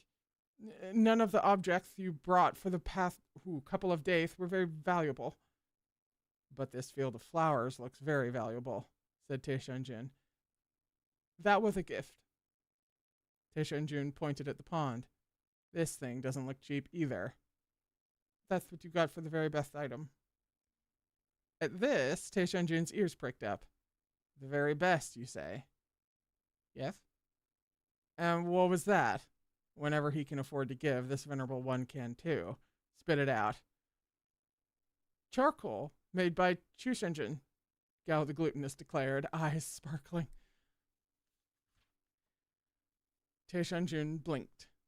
Apparently, he'd misspoken. There was only one type of object in this world he'd never ever be willing to part with. Anything Chu Wanning had cooked. Mo Zongsha had never lived as a revenant in Wushan Palace. He had never sat in that suffocating silence, yearning madly for another taste of those frankly unappetizing, yet unmistakably vibrant dishes. As a result, Mo Zongsha had none of Tishan Jun's unhealthy obsession with Chu Wanning's cooking. Quite the opposite, in fact. Mo Zongsha wanted others, whether humans or the forest sprites, to enjoy his Shizun's creations, because this made Chu Wanning happy. When he heard how much Gao the glutinous loved Chu Wanning's charcoal, he was only too delighted to share. But Tishan Jun was different. He was like a man who'd spent a decade penniless and starving. He hoarded every one of Chu Wanning's dishes with a vengeful ferocity.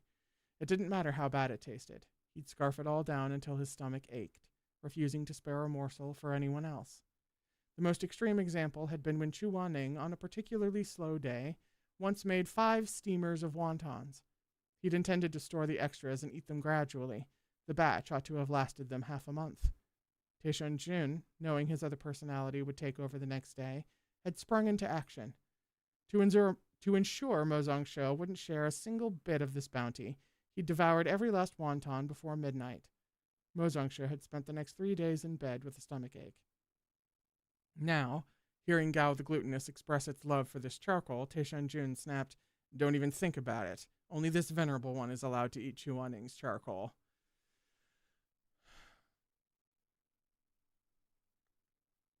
Gao the glutinous stared at him, beady eyes filling with tears. "Crying won't change my mind."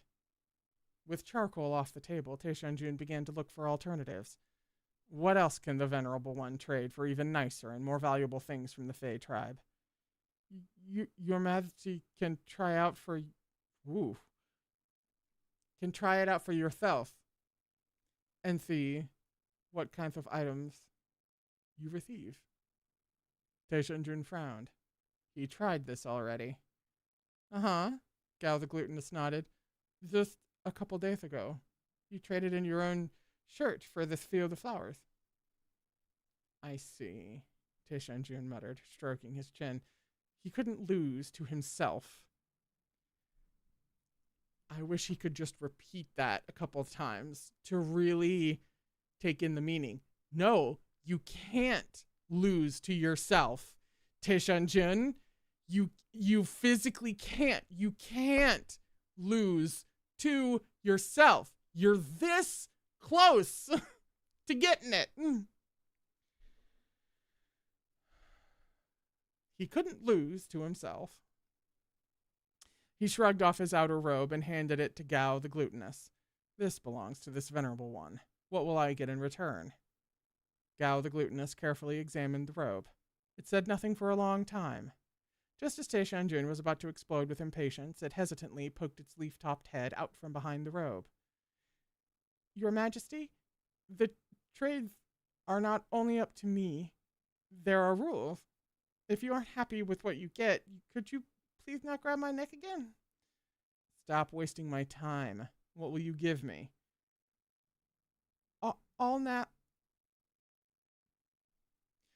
All natural organic growth serum. Tishan Jun was sure he'd misheard. Glow serum. No, growth serum. Gao the glutinous seemed to be on the verge of tears. Apply it on... apply it once. Every 3 days. And in 3 months, the herb will begin to take effect. I was afraid. I was afraid of that.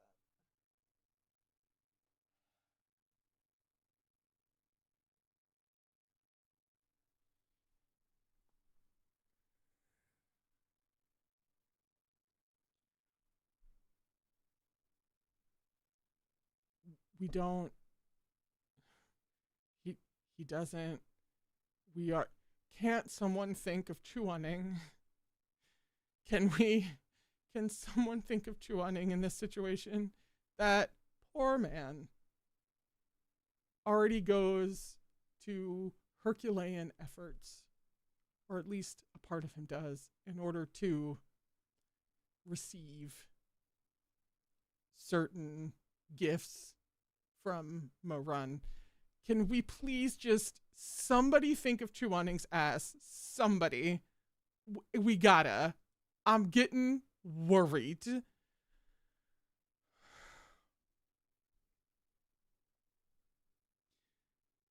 You'll be bigger and thicker and harder than before. You want to die? I don't, wailed Gal the glutinous, voice breaking on a sob. Why did he get a field of flowers, but I'm stuck with some useless growth serum? Does it look like I'd need something like that? Well, no, it doesn't. Think of something else. Can't I get anything else? No. Okay. Somebody thought of Chuaning's ass. Thank you. That was a close call. Topside, Chuaning just shifted in his seat and he doesn't know why. Under the pressure of Tishan Jun's murderous gaze, Gao the glutinous sobbed. I don't make the final decision. There are rules to bartering with the Fae. Tishan Jun restrained his roiling fury. You... Forget it. He had to keep his eyes on the prize. Besides, he was relying on this rice cake to defeat Mo Zongsha. He swallowed his curses and forced himself to calm down. Right, he said, jaw clenched. Tell me what I need to bring in here to get something that's better than... He gestured at the nearly finished landscape. All this. I'm not allowed to say, Gao the glutinous said tearfully. This venerable one will kill you if you don't tell me, Tishan Jun shouted, veins bulging at his temples. Gao the glutinous let out a pitiful wail. It had no desire to be turned into a crispy osmanthus rice cake and eaten. What else could it do? It plopped its pudgy butt onto a nearby tree stump and resigned itself to explaining the trading criteria to Tishan Jun, sniffling all the while. The rice cake felt around in its pouch with a chubby paw. At last, it fished out a tattered book with a tree bark cover. Pouting, it handed it to Tishan Jun.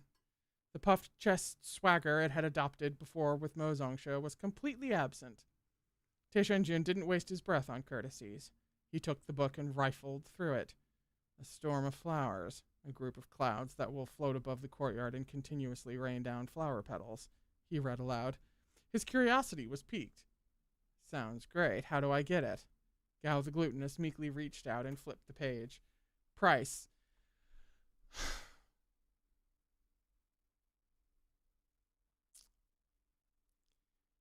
Fucking Faye.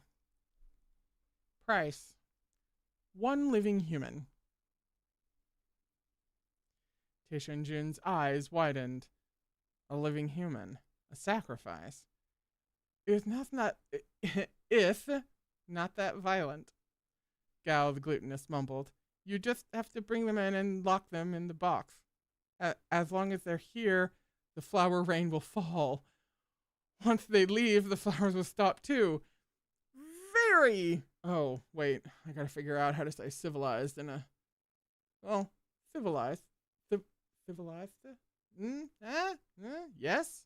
Yeah, civilized.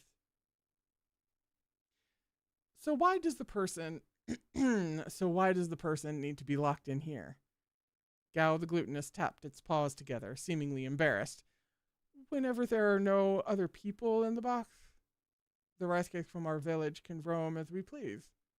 When you bring those special humans in here, it's so we can watch them for entertainment. You Fae spirits like to watch people for entertainment.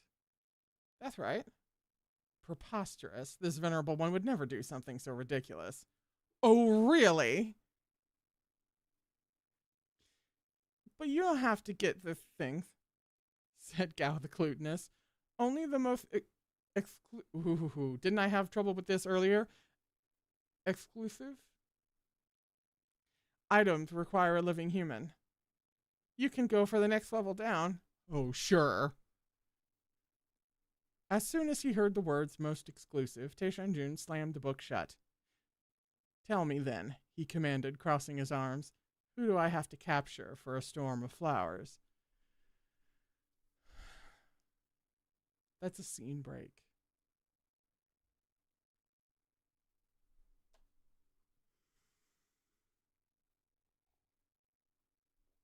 Uh, that was my first thought. Liv said, "Happy birthday, Shuemeng." That was my exact first fucking thought. Mo Run had been acting very strangely for the past few days, Chu Wanning thought. First, the Zongsha had been up in the middle of the night, patting Goto on the floor with no shirt on. Then the Emperor had cryptically locked himself in the kitchen for half an age. He'd claimed he was making meat pies, but by lunchtime the dough still hadn't risen. When Chu Wanning asked what he'd been doing all this time, he said he'd been contemplating the meaning of life. Even stranger, Tishan Jun was usually very clingy, since he only emerged once every fourth day. Once in a while, he might go down the mountain and amuse himself with some small clandestine missions, but he'd always be home before dinner, bearing a jar of good wine or a box of desserts, which he'd awkwardly offer to Chu Wanning. Ah! All right, you gotta stop giving me details. I can't handle any more Tishan Jun details today. I'm at my limit. I'm at my maximum. Today, however, Tishan Jun had hastily served their lunch, wiped his mouth, then pushed to his feet, saying he had an errand to run. What do you want for dinner? Asked Chu Wanning. I'll cook. Tishan Jun hesitated a moment, then said, much to Chu Wanning's surprise, no need. This venerable one won't be back until late tonight. You should go to bed first. Don't stay up waiting. Chu Wanning's phoenix eyes widened. Was this the so-called 7-year itch? But it hadn't been 7 years yet. Or maybe 7 years had long since passed. He'd completely forgotten his birthday was the very next day.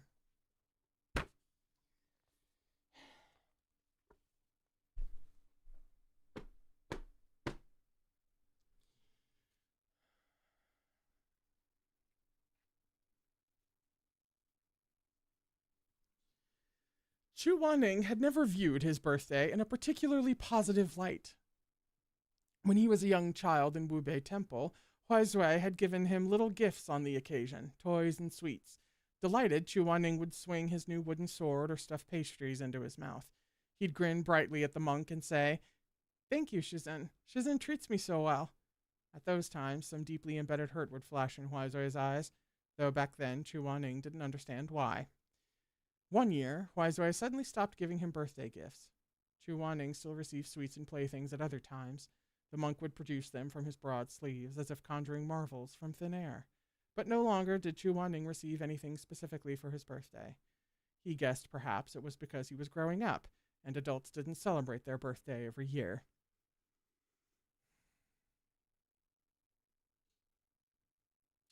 When he asked Huizui if this was so, the monk had seemed taken aback. He'd gazed at the ancient cypress in the temple courtyard, then patted Chu Wanning on the head.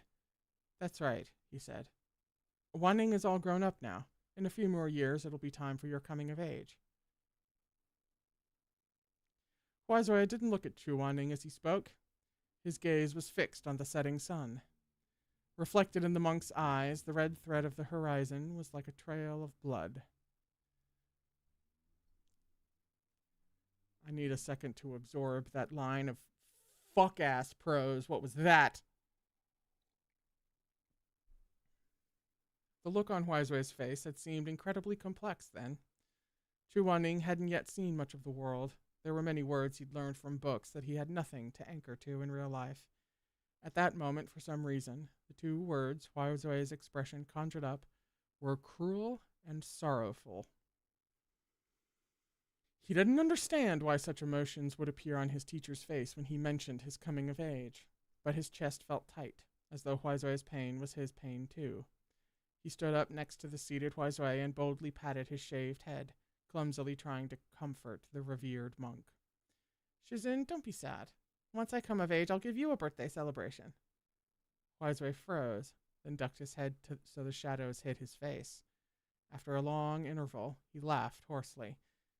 Grown-ups don't celebrate their birthdays. Only little kids do. I'm gonna kill this motherfucker all over again.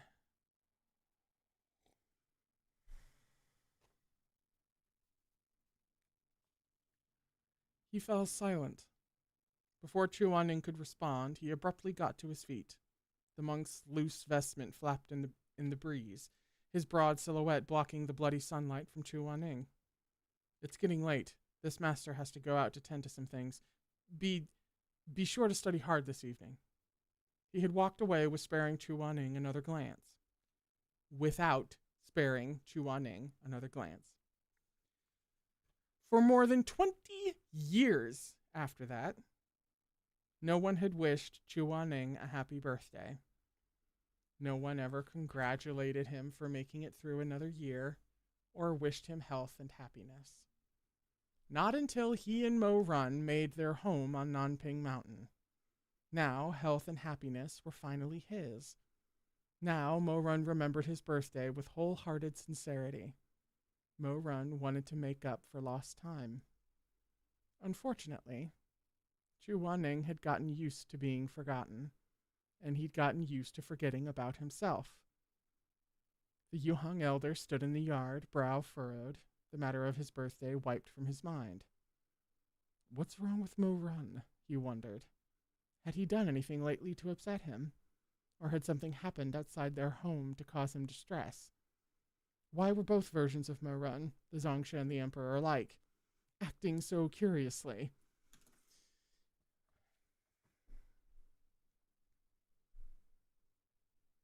It's the end of the chapter. Taking a second to absorb the rage.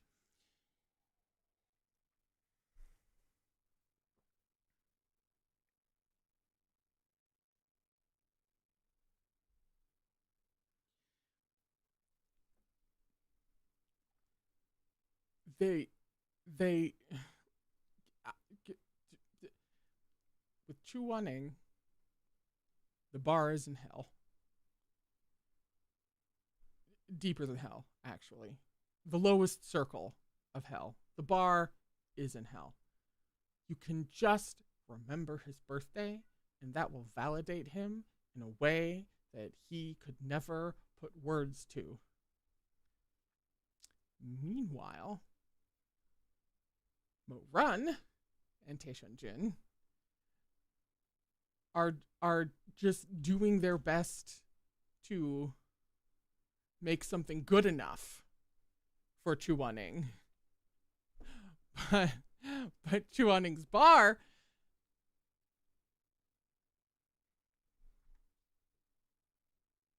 we're on page 329.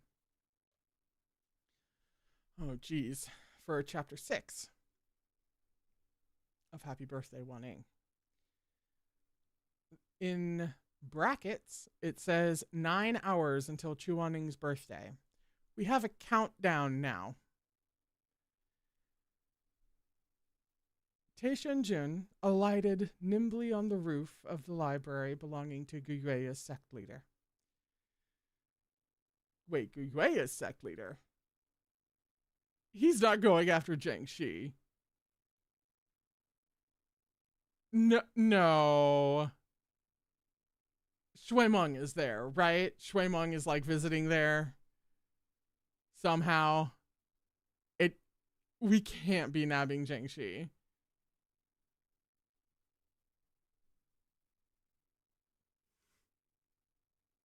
Inwardly, he whooped with delight. No one else in the world could have made it here so effortlessly and so quickly. A sword could take its rider to far-flung lands, but even the fastest wasn't as fast as the teleportation technique Tishan Jun alone had mastered. He was, all in all, extremely pleased with himself. Tishan Jun could practically hear Gao the Glutinous' words echoing in his ears. A storm of flowers requires a... Oh, not specific. Specific?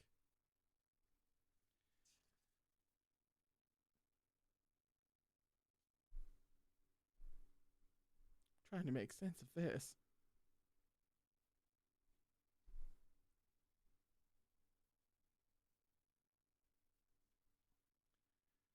specific person. Only sect leader Zhang Yichen meets this criteria.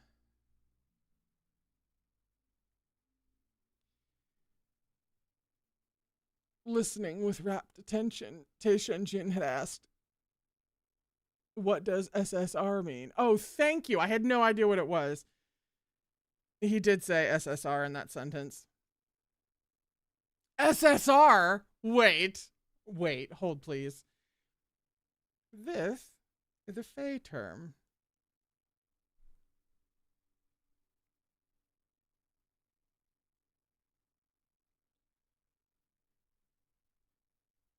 She is so deeply unserious.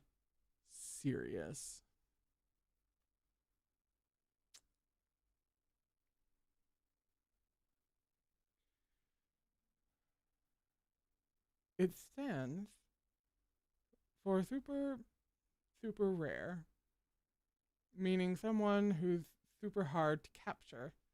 A person with Fey spirits would consider very valuable.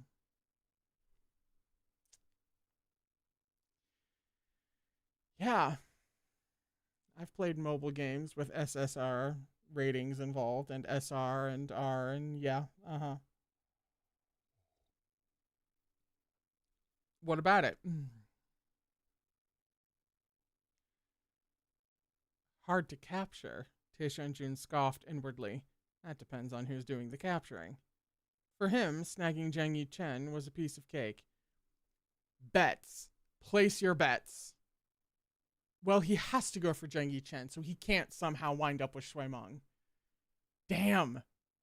And yet, some way, it turning out to be Shui Meng is like not totally off the cards.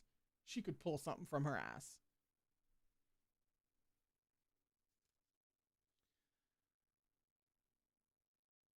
He peered down from his perch on the gilded cinnabar lacquered roof beam. Zhang Yichen liked peace and quiet, and he preferred to maintain his distance from others. There were no guards in his library. Tishan Jun's target sat alone by the window, reading a book. Jiangxi's health had been poor since he'd been injured in the great battle in the other world. Before, his tall and slender figure had always emanated a powerful, imposing air, but he had grown noticeably thinner after languishing in his sickbed for several months. Though his regal aura yet remained, his face retained a sickly pallor, seemingly drained of strength. The ravages of his illness had left him with a fragile sort of beauty. This beauty was no help to him now. Certainly Tishan Jun had no problem recognizing good looks, and Jiangxi was exceptionally attractive, but the jaded Tishan Jun had seen his share of exquisite beauties without ever learning how to cherish them. Wow. Tishan Jun stared down at Zhang Yichen, unmoved, before positioning himself carefully. He drew the box from his robes and opened it with a soft snick.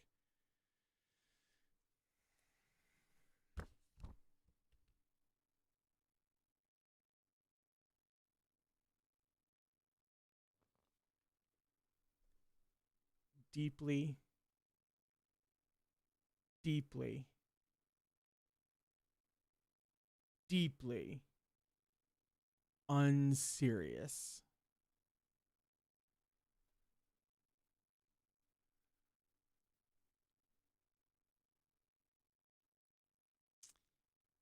Dreams come true, box. And I kid you fucking not. I choose you.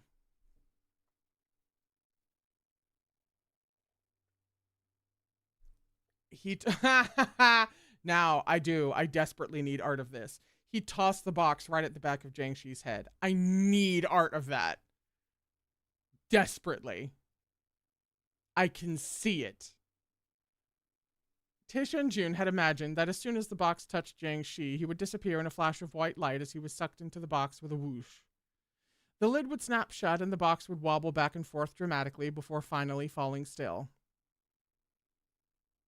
Then, having caught the SSR Zhang Yichen, he could obtain a storm of flowers. Tragically, reality did not match Tishan Jun's fantasy. The moment the box struck Jingshi's head, the sect leader leapt up with an agility wholly incongruous with his sickly appearance. His green and gold robes shimmered as they flared around him, lighting up the library. The box fell dully to the floor. Jingshi looked up, eyes flashing. Show your... Before he could complete the sentence, Tishan Jun jumped down from his perch in the rafters. Sweeping his hands wide, he conjured a set of chains crackling with scarlet spiritual energy and dove for Jingshi. Jingshi's eyes darkened. With a snap of his sleeves, he soared backward to avoid Tishan Jun's attack. Tishan Jun sneered. All right, third time's the charm. See if you can escape this one. His words were mocking. Tishan Jun had traded blows with Jingshi in the past life. Then the battle had dragged on for some time before Tishan Jun had broken him by force. This time, however, Jingshi had three key disadvantages. He'd been caught off guard, he wasn't fighting to kill, and his body was still weak. It would have been a marvel if he'd evaded Tishan Jun's third attack. The scarlet chains shot out once more. The instant Jingshi moved to dodge them, a sickly sweetness crept up the back of his throat. The speed of his previous maneuver had overextended his frail body, and he bowed his head as a fit of coughing nearly doubled him over. In a fight between experts, a single misstep spelled defeat. The chains wrapped around Jingshi. Tipped off balance, he crashed to the ground. As he panted for breath, he raised his almond eyes in a furious glare. But when he saw his captor's face, he blinked. You? Tishan Jun clapped his hands and laughed. Don't worry, this venerable one isn't here to kill. What the hell are you doing? Jingshi snarled, cutting him off. Who sent you to humiliate me like this? Am I humiliating you? Tishan Jun asked with interest. Well, you did throw a box at his head like it was a pokeball, so I think Jingshi has the higher ground in this moment. Jingshi tried to struggle free of the chains to no avail. Did Shui Meng send you here? He said, his scowl deepening. Now Tishan Jun was curious. What's going on with you and Shui Meng? Does he have such a deep grudge that he'd send me to humiliate you? Jingshi bit down on his delicate lower lip, refusing to say another word. A few wisps of hair fell across his bloodless face, pale as icy jade. From the shadowy corner of the library, those almond eyes glared up at his captor. Wait a moment. Tishan Jun frowned thoughtfully as he looked at Jingshi. For some reason, your eyes look really familiar all of a sudden. You look a lot like someone else this venerable one knows. Jingshi froze, then twisted his face away and closed his eyes. Out of habit more than anything else, Tishan Jun reached out to turn Jingshi's face back toward him. Just before he touched Jingshi's jaw, he realized with a start that such a gesture would be inappropriate. It was far too suggestive. Even if he only wanted to get a better look at Zheng Yuchen's eyes and harbored no untoward intentions, Chu Wanning wouldn't be happy if he found out later. Tishan Jun let his hand fall. Forget it. He had no interest in Jingshi's personal business anyway. Time to take his hostage and trade him in for those clouds. At this thought, Tishan Jun's mood brightened considerably. He waved a hand, and the chains maneuvered Jingshi so he was lying flat, face up, and carried him sedately toward the Dreams Come True box. Jingshi had never endured such disrespect. Impertinent, he thundered. The nerve of you! Put me down! Tishan Jun paid him no mind, crossing his arms as he watched with amusement. This venerable one will put you down as soon as you get in the box. There's plenty of space inside. Don't worry. This venerable one isn't interested in you. You'll be free again the day after tomorrow. I'll kill you. The chains and their apoplectic prisoner reached the box. Just as Jingshi was about to unleash another torrent of abuse, a length of red chain snaked around his back and poked him hard. He vanished in a beam of light, sucked into the Dreams Come True box. Chuckling, Tishan Jun retrieved the box. I did it. I caught a storm of flowers.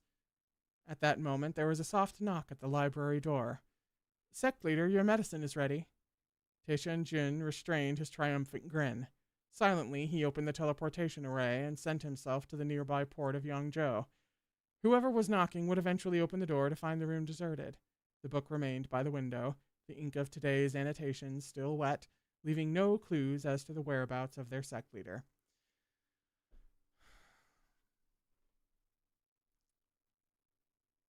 Surely there won't be any repercussions to this.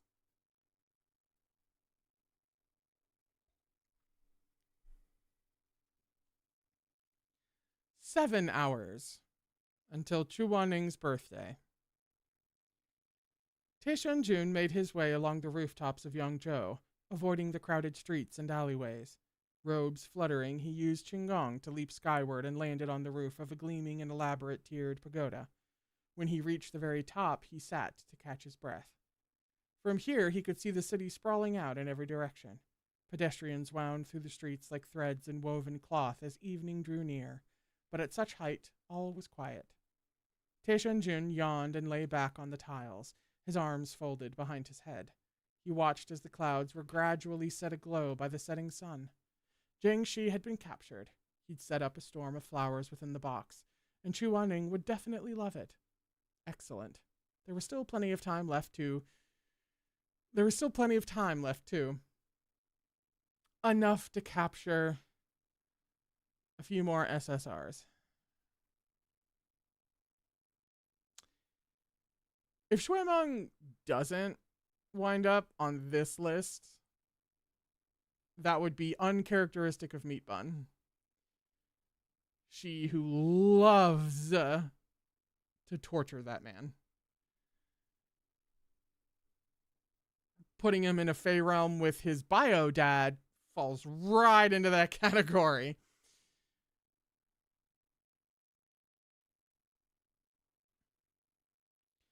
Tishan Jun drew a tattered-looking booklet from his robe. Written on the cover in crooked characters were the words, "Human specimens for observation." Eyes narrowed, he scanned the pages. There's quite a few of these people, of these SSR people, Tishan Jun muttered, stroking his chin. But this book hardly gives me anything. It only lists which cultivators the rice cake monsters want to see. There's nothing about what they're worth. The specifics didn't matter, Tishan Jun decided. He might as well just see who else he could capture. If they were worth something, he'd keep them. Otherwise, he'd kick them out of the box, no big deal. He had time and energy to spare, so what were the downsides? Jiang Shi Jiang Shi, Ma Yun, the Xuanji Elder. Tishan Jun read the names one after another. Unsurprisingly, he and Chu Wanning were also on the list. At first, Tishan Jun was annoyed. These little dough balls dared to dream of observing the Emperor of the Mortal Realm and the Beidou Immortal. Boy, I tell you, those would be some fucking scarred rice cake spirits. Ooh. But after skimming down the names, Tishan Jun realized this book merely listed the most notable figures in the cultivation world. If he and Chu Wanning weren't among them, would it not be a slight? At this thought, his annoyance dissipated. He perused the list of SSRs. He wasn't far from Taobao Estate now. He might as well capture Ma Yun and see what he was worth. It's going to be absolutely nothing, and I am going to fucking laugh. Tishan Jun was a man of action. The instant the idea occurred to him, he was leaping down from the pagoda to make his way to Taobao Estate and take his second hostage. Yet before he could activate the teleportation array, he heard a familiar voice call out from behind him. Oh? If it isn't Mo Xiong. Tishan Jun started in alarm. He'd gone out wearing a hooded cloak, whose eyes were so sharp as to recognize him from behind while he was in his get-up. He whipped around. Next to the goldenrod yellow wall surrounding the pagoda stood a gallant man with flowing blonde hair and eyes like green jade.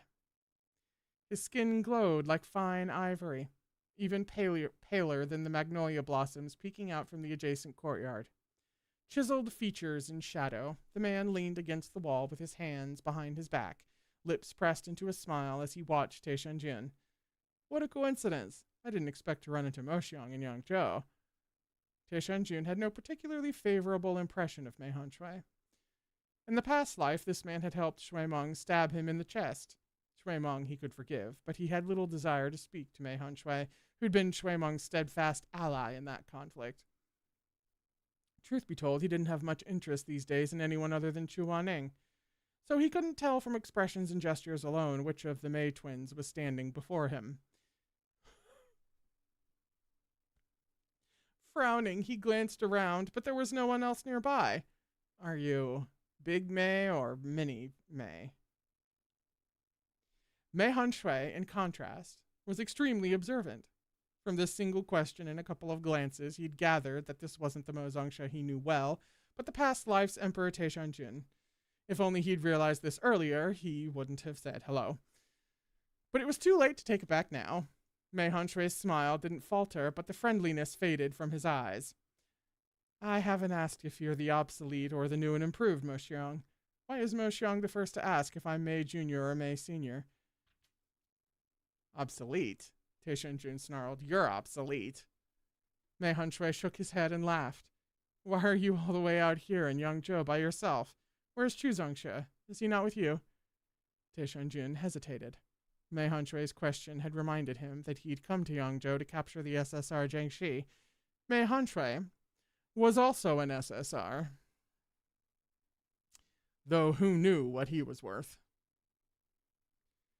Tishan Jun's eyes lit up. Before catching Ma Yun, he could snap up another valuable human. Mei Han Shui was an astute reader of body language. Somebody write that down. At Mo Run's strange expression, he couldn't help taking a step back. He reached to summon his holy weapon, but Tishan Jun was faster.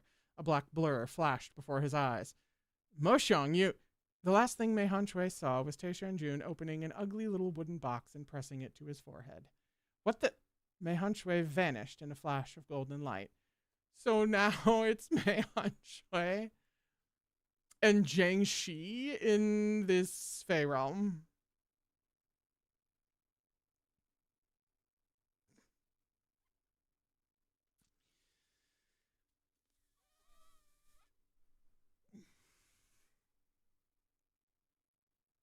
Tishan Jun snapped the box shut. A devious smile tugged at the corners of his handsome mouth, and his purple-black eyes glinted with determination. Caught another one. How could Mo Zongxue's little trees and seashells and flowers compare to his 2 SSRs? He was owning Mo Zongxue's ass when it came to this fight for Chu Anning's favor. Satisfied, he shook the box. Then he activated the transportation array and sent himself to Taobao Estate to capture his third hostage, Ma Yun. Within the Dreams Come True box, Mei Han Shui stumbled and fell, caught off balance when Tishan Jun had stuffed him into the box. My apologies, there was a scene break there. Capture his third hostage, Ma Yun. Scene break. And then Mei Han Shui. He dragged himself back to his feet, coughing and dusting off his robes. His green eyes scanned his surroundings in confusion. He stood amidst a bucolic landscape that stretched as far as the eye could see. Some sort of otherworldly domain, to be sure, for the trees and flowers were unlike those of the mortal realm. Flower petals floated across the sky. A lotus pond was filled with shining golden water. The residence before him was stately and exquisite, and a field of flowers emitted tinkling ethereal music. Where was he? The more he looked, the more questions he had. Suddenly, he noticed someone lying on the ground nearby. They seemed to be bound in chains from head to toe. Who could it be?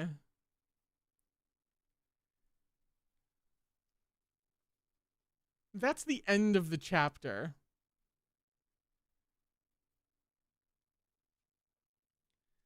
When we come back on Tuesday for the final Erha reading stream, by the way, which made me realize that next Tuesday is also then the final, like, regular Erha book chat. Because then Thursday is, like, the special big party public thing. Which, we can't talk about that right now. When we come back on Tuesday for the final Erha reading stream, we'll be on page 339 for chapter 7, in which Mei Han Shui discovers Jiangxi in this box Fey realm. And doesn't... shit. Somebody thinks Shui Meng and Jiangxi are banging. That's Mo Run. Mo Run believes that. Okay. Thank God.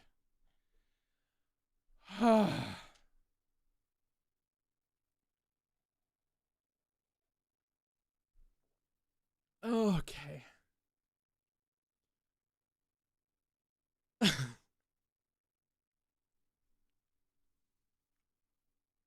We can only imagine how this is going to resolve itself. It's about right bang on time. It's just a couple of minutes to 5:30. I have to go and stare dazedly at a wall for a little bit. Whew. I will be back on Tuesday. And then, of course, on Thursday, like I said, big stream will start at like 2:30, and there's lots of things. Reading author's notes from that Meat Bun has for Erha, just talking about Erha, chatting about Erha, very relaxed. I'm sure it'll devolve into a bunch of recommendations. I'm actually bringing a list of recommendations and stuff. I'll be giving away at least one thing because I have an extra volume of Erha running around here somewhere, I believe. And so yeah, it'll be a good time. Be a great time. And we might all cry and sob because I've been reading Erha on this channel for like 2 years now. So that's next Thursday. I'm gonna go until then. I hope you've been having a lovely week. By the way, I don't think I mentioned this on Tuesday. I hope you've been having a lovely week. I hope that turns into a lovely weekend.